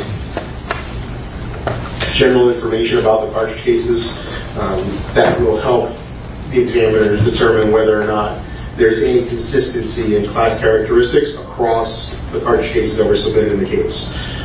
So the classes that we're looking for, the information categories that we're looking for, are the caliber. We look at the composition, whether there's, the casings are brass and brass, or they're brass and nickel, or any combination of materials located on the cartridge cases. We notate the manufacturer, whether or not there's any presence of ejector marks, extractor marks. We also determine whether or not there's a presence of a firing pin impression. Sometimes we are called to compare or examine live ammunition to determine whether or not it was cycled through a firearm. And so sometimes we examine hits that don't have a firing pin impression at all because they weren't fired. We'll also document whether or not the particular exhibit was entered into NIBIN. So whenever we do entries into NIBIN, a representative will be entered. So not every cartridge case we receive is entered. It's a representative from the submitted case gets entered in. I'll also document any extra information that might be of value. So if I receive a cartridge case which has pieces of asphalt that are attached to it and maybe it was flattened on one end, I would document any of that information because it might let us know that casing was in the road and it was run over. Or if it's charred, it might have been burnt. And so that information, that if it seems like it may be pertinent, then I would document any of that information as well. Okay, so if you could explain to the ladies and gentlemen of the jury, what is photo 2 depicting? So the picture is a picture of exhibit number 6 on the left and exhibit number 5 on the right. And it's a comparison which was performed on January 18th. And then the microscope as well as magnification is documented there. And you can see the hairline is this line right here down the middle. So anything on this side is exhibit 6, anything on this side is exhibit 5. Then you can see the agreement starting up here with some of the grosser lines and then all of this fine line agreement in that area as well. Sorry, you just said a word we haven't defined yet. The what lines? So fine line striations is essentially what we would call them. So this particular firearm leaves parallel line striations on fire casings, which means that the breech face was manufactured with some kind of broaching tool and it has parallel lines that are on that firearm itself. And so any casing that's fired through them should be expected to have similar characteristics. And then once you line them up, you can see that the directionality and everything lines up on these cartridge cases from left to right or right to left. And that's what that orientation and spacing between each of those lines is what makes it unique. Okay. So going to exhibit 4, that was the G196 on that. Did you analyze the caliber of that? Yes. And what was that?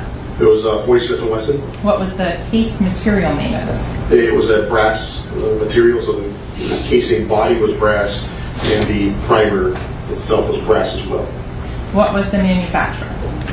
It was Blazer. And just to, in the interest of expediency, on exhibits, your exhibits 4 through 11, so G196 through G203, which are contained in states here, states 23. Was the caliber the same on each of those? Yes, it was. Was the material the same on each of those? Yes, it was. And does that go to the case and the primer? Yes. Was the manufacturer the same? Yes, they were all Blazers. What is looking for sealant? So sealant is something that manufacturers can apply to this area in between the head stamp and the primer. They apply it, it's essentially a lacquer that gets applied to try to prevent any moisture from getting into the cartridge cases. Sometimes that lacquer can persist through firing, and sometimes it doesn't. So what happens in the firing process is after the firing pin strikes the primer, this whole pocket will actually be expelled out of the cartridge case and into the firearm by the pressure inside of the cartridge. And then the cartridge reseats itself through the cycling process. So if there was a sealant around that, it can be pushed out during the firing process. But sometimes, so there's certain manufacturers which have a characteristic sealant, so like Cellular and Bello is an example of one that puts a very thick red-colored lacquer on its sealant. And so if we observed it, we would document it was observed. But the absence doesn't necessarily mean there wasn't one there, it's just it wasn't there when it was submitted to the lab. Did you document sealant on any of these 8 casings? I don't believe there was sealant present on any of them. If you could refresh your recollection, please.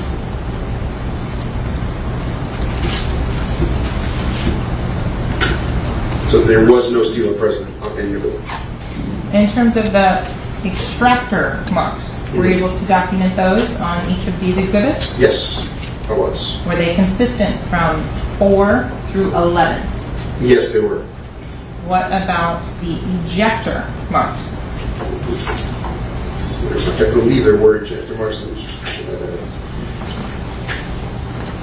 Yes, so there were observable ejector marks on all of the cartridge cases. And were they consistent with one another on items 4 through 11, your items? Yes, they were. And that's again G196 through G203. Correct. The weathering or anything on these cartridges, is that something you document? If it was something that was extremely weathered, yes. So if an abnormal presence of rust, or if there was some kind of debris, whether it's dirt or grass or something, that would be documented, yes. Did you document that in this case? I didn't observe it.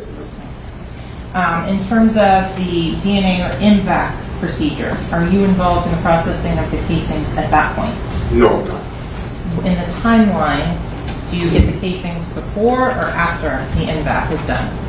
Theoretically, I would get them before. So ideally, they would get to me before. Sometimes, and I suppose it's through the process of investigation, they believe they have enough DNA or they think they have DNA from a certain source, and if it doesn't pan out, they may need to come back and process the cartridge cases. So it's not unusual for them to come back and after I've handled casings to then go ahead and process the casings. Oh. So what do you do to ensure that your DNA doesn't wind up on casings? So I try to use gloves as much as possible, but we're not a clean unit. So almost inevitably, if I handled them, my DNA would end up on the cartridges. And if you can explain what you mean by a clean unit. So clean in the sense that our protocols are essentially for safety for handling firearms. We're not really looking for biological contaminants from case to case. So we don't clean our workspaces every time we work a case, right?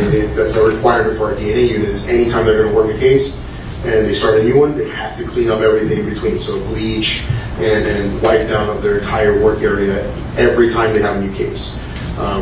In our unit, we have a lot of tools that we use. We have a lot of different mechanisms that we end up using, brass tracks. We shoot into a shoot board. And those items, while clean, are not cleaned with bleach every time we work a case. So they're not sterile. Correct, they're not sterile. So in terms of the DNA process, is it best practice to do that before it gets to you?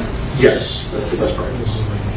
Continuing back on through items 4 through 11, G186 to G203, did you have a conclusion as to each of those particular exhibits? Yes, so each of those cartridge cases were found to have been fired in one 40 Smith & Wesson firearm. So there was only one firearm which fired all of those cases. And so that is again G196 to G203, 4 through 11. Correct. Was there any things that were different between those in numbers 4 through 11? There may have been minute differences, but there was enough agreement of individual characteristics that made it obvious that they were fired from the same firearm.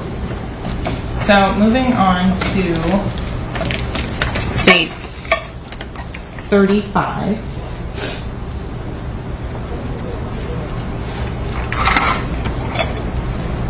You evaluated this particular item of evidence? Yes. And is that your initials and sticker up at the top? Yes, it is. Okay, what is in your exhibit 12? It's another 40 Smith & Wesson caliber Blazer cartridge case. Was this evaluated on the same date and time as states 23?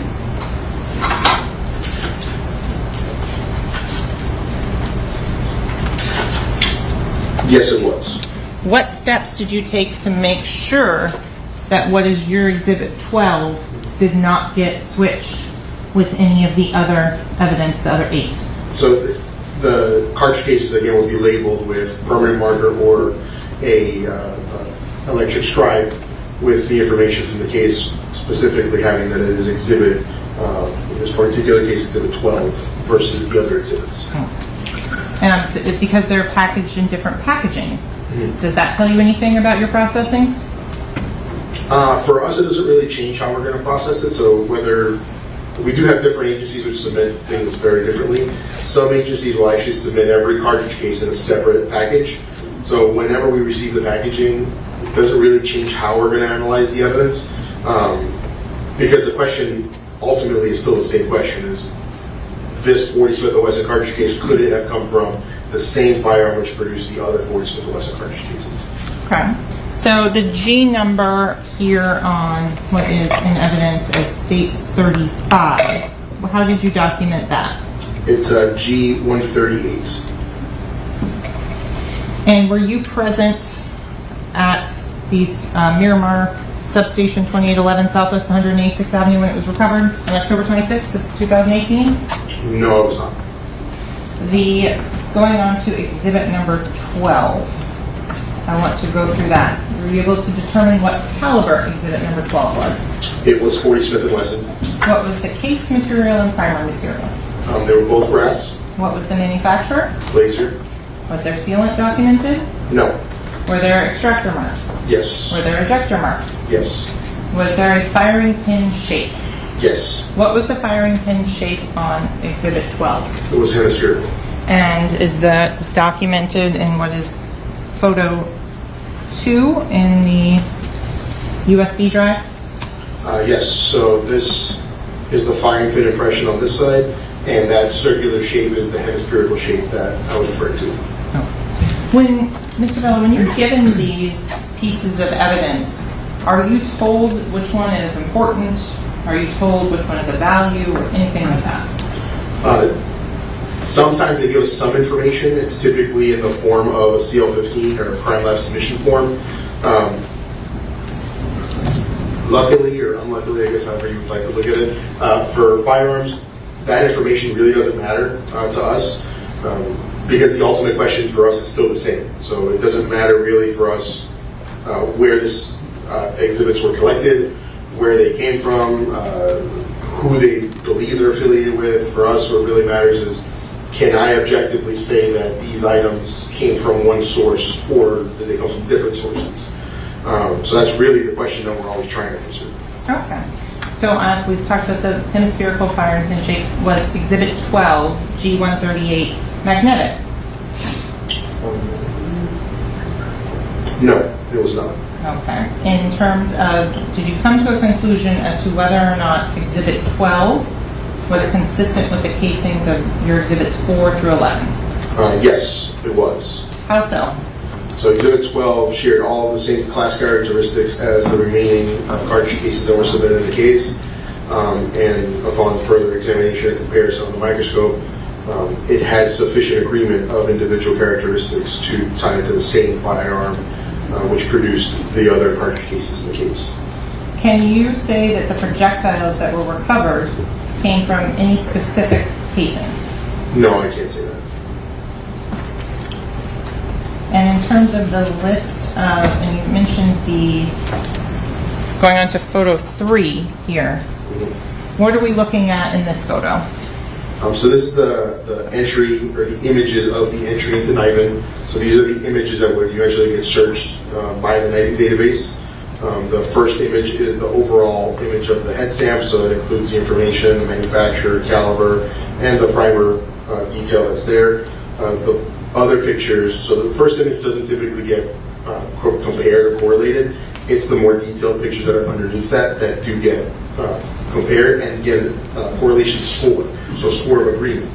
And then they're just different lighting images. They're all the same types of images, they're all just different lighting.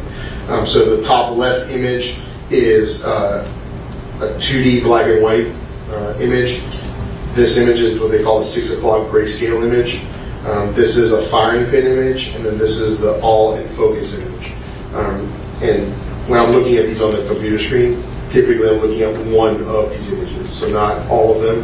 This is just how it prints out of the system. And then the bottom 2 images are just 2 different lightings of the ejector mark. So that's this little area there is the ejector mark, and that's I believe this is the 3 o'clock lighting, and then this is the 6 o'clock lighting. When you say 3 o'clock and 6 o'clock lighting, what do you mean? It's the directionality of the light from within the actual system. So the system itself is pretty much automated. So once I insert the casing and put the relevant case information, I just click acquire, and then it begins to acquire all of these images on its own. So it automatically focuses, it'll automatically place these different rings. So like this is a red ring here, this has a blue ring on the edges. So it automatically places all of that information in there, and those are the different details that will ultimately be correlated by the system itself. And in terms of any associations or anything like that, were you notified of any associations? No, so no associations were made in this particular case. And is that updated on a regular basis? Yes, so if any association were made after, which can happen if a firearm comes in at a later date and gets test fired and put in, it can link to this particular case. Up until now, that hasn't happened. Okay. No further questions at this time, Your Honor. Ma'am. Councilman, you may proceed. Mr. Bello, at the conclusion of your testimony, I think you should hand out certificates. Fundamental identification of dealing with firearms. That's number 1. So you've got a lot of certificates to hand out. Fair enough? Okay. You examined these projectiles and casings on 2 different dates, correct? Correct. One was on, I think your report was 1/11, Correct. and the other one was on 3/3 of 22. Correct. 1/11 of 2019, and then 3/3 of 2022. Correct. Could you tell us, beyond and to the exclusion of every reasonable doubt after all of this examination, how many firearms created these casings and projectiles? So what I can say is that one firearm fired the casings. So one firearm produced the cartridge cases that were submitted. And as far as the projectiles are concerned, I can say that 2 of them came from one firearm, and then the other ones could have come from the same firearm, but I cannot conclusively say that there was one. Okay, so there could be more than one firearm that created all of these items, correct? As far as the projectiles, yes. Okay, fair enough. Now, after you did all of this analysis, were you able to determine what gun was used to create these projectiles and casings? No, in the absence of a firearm, I cannot conclusively say it was one or the other. Have you heard the term trajectory reconstruction? Yes. What is that? So that's typically an examination that's done using either rods, some people use lasers, to match points on a line that would designate the trajectory of a projectile as it was traveling. And that would be able to place, supposedly, if you can do it, where the shooter or shooters were when they fired the firearms? Certainly, at least the firearm. So it would be the muzzle of the firearm is technically the origin point. Yes. And that would be in someone's hand, Somebody's correct? right. Let me see that. What we're talking about is being able to tell where the muzzle was, so you in essence would be able to tell where the shooter. Correct. I just wanted to play with it. No problem. Okay. When you do a trajectory reconstruction and you're attempting to find out where the gun is and where the so-called shooter or shooters were, are there certain variables that come into play? Certainly, there's a lot of variables that come into play. Why don't you tell us what some of the variables are? So some of the variables that come into play is whether or not there were intervening objects. So do you have a beginning and an end point? Do you have a middle point? Right. So if I only have, as an example, a hole in a wall, but I don't have anything else, I don't have somewhere I could put a rod through, or that I could start the directionality of a laser from. Right. So without that, I'm basically dead in the water, because I could start it from any point in this room. Let's say there's a bullet hole in that exit sign back there, and that's the only hole that I have. It'd be very difficult for me to be able to place where the person originated from. Now, if an object is, let's say, three-dimensional, not two-dimensional, and the bullet travels through that object, then you could pass the rod through and then find a directionality. There's still variables with that. How far away were they? How close were they? And so that's kind of, it gives you a line, but the point upon the line that the firearm was is the question. How about how may I approach, I'm sorry. Yes, sir. How the person held the gun. Sure. There's a thing called holding it tight. That could affect how you position the shooter or shooters, correct? Sure. If he holds it upside down or sideways, The origin point should technically still be the same, Okay. technically speaking. okay. How about, we said tight, how about if he holds it very loose? If you limp wrist, as we would call it. What's that term? Limp wristing. You're way Yes. above me. Limp wrist. Yeah, so normally when you're firing a firearm, you want to try to cradle the weight of the firearm, and that's usually in your wrist. Limp wristing is just you're letting your wrist kind of rock with the firearm. And so while the origin point may be similar, the trajectory of the projectile leaving the barrel may be different. I'm sorry, I didn't mean to interrupt you. No? How about the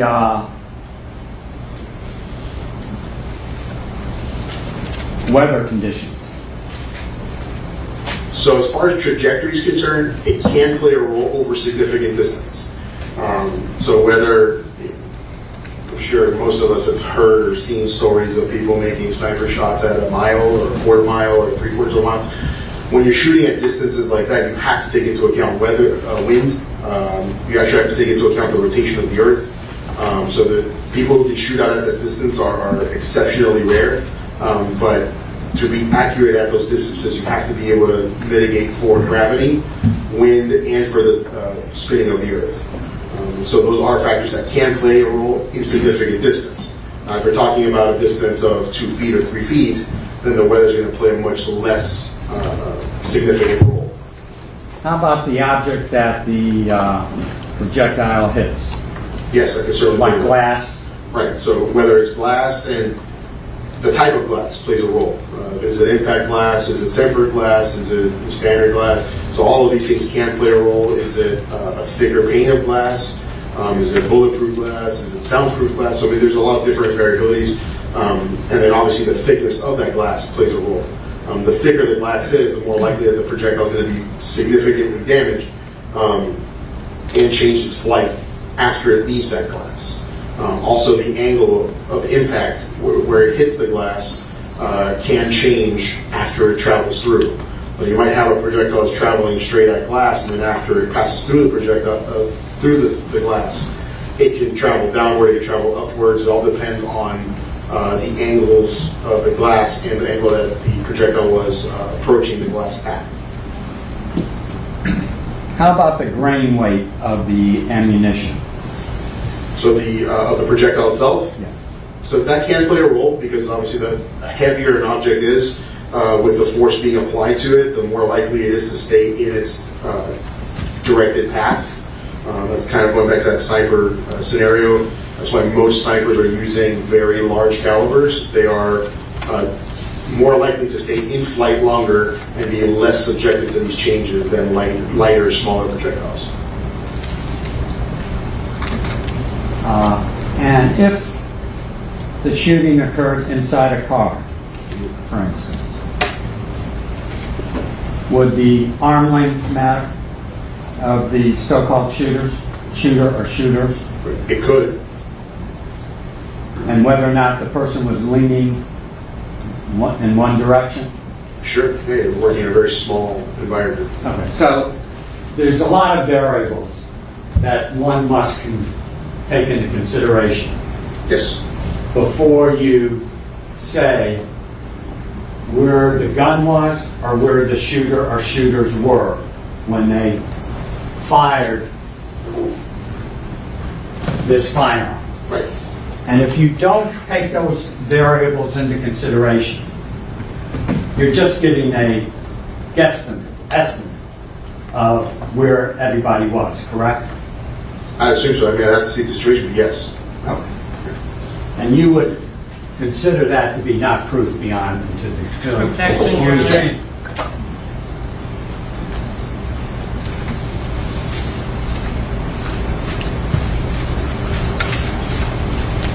As a manager of the Broward Sheriff's Office tool and what's the title? Tool and Fireman tool work unit. okay.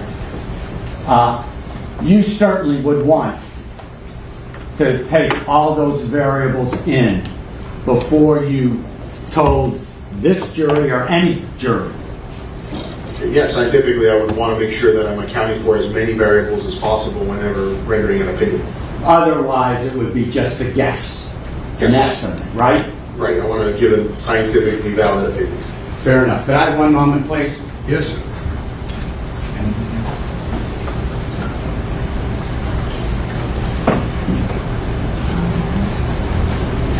Thank you very much. No further questions. I think that's okay. Counsel, thank you. Deputy Attorney, redirect to this witness. Briefly, Your Honor. Mr. Bello, counsel asked you about arm length and if it matters. Does arm length have any effect on the ability of someone to pull a trigger? No. Can the trigger be pulled with an arm fully extended? Yes. Can it be pulled with it next to a person's body? Yes. Is there anything that would prevent a trigger from being pulled in any orientation?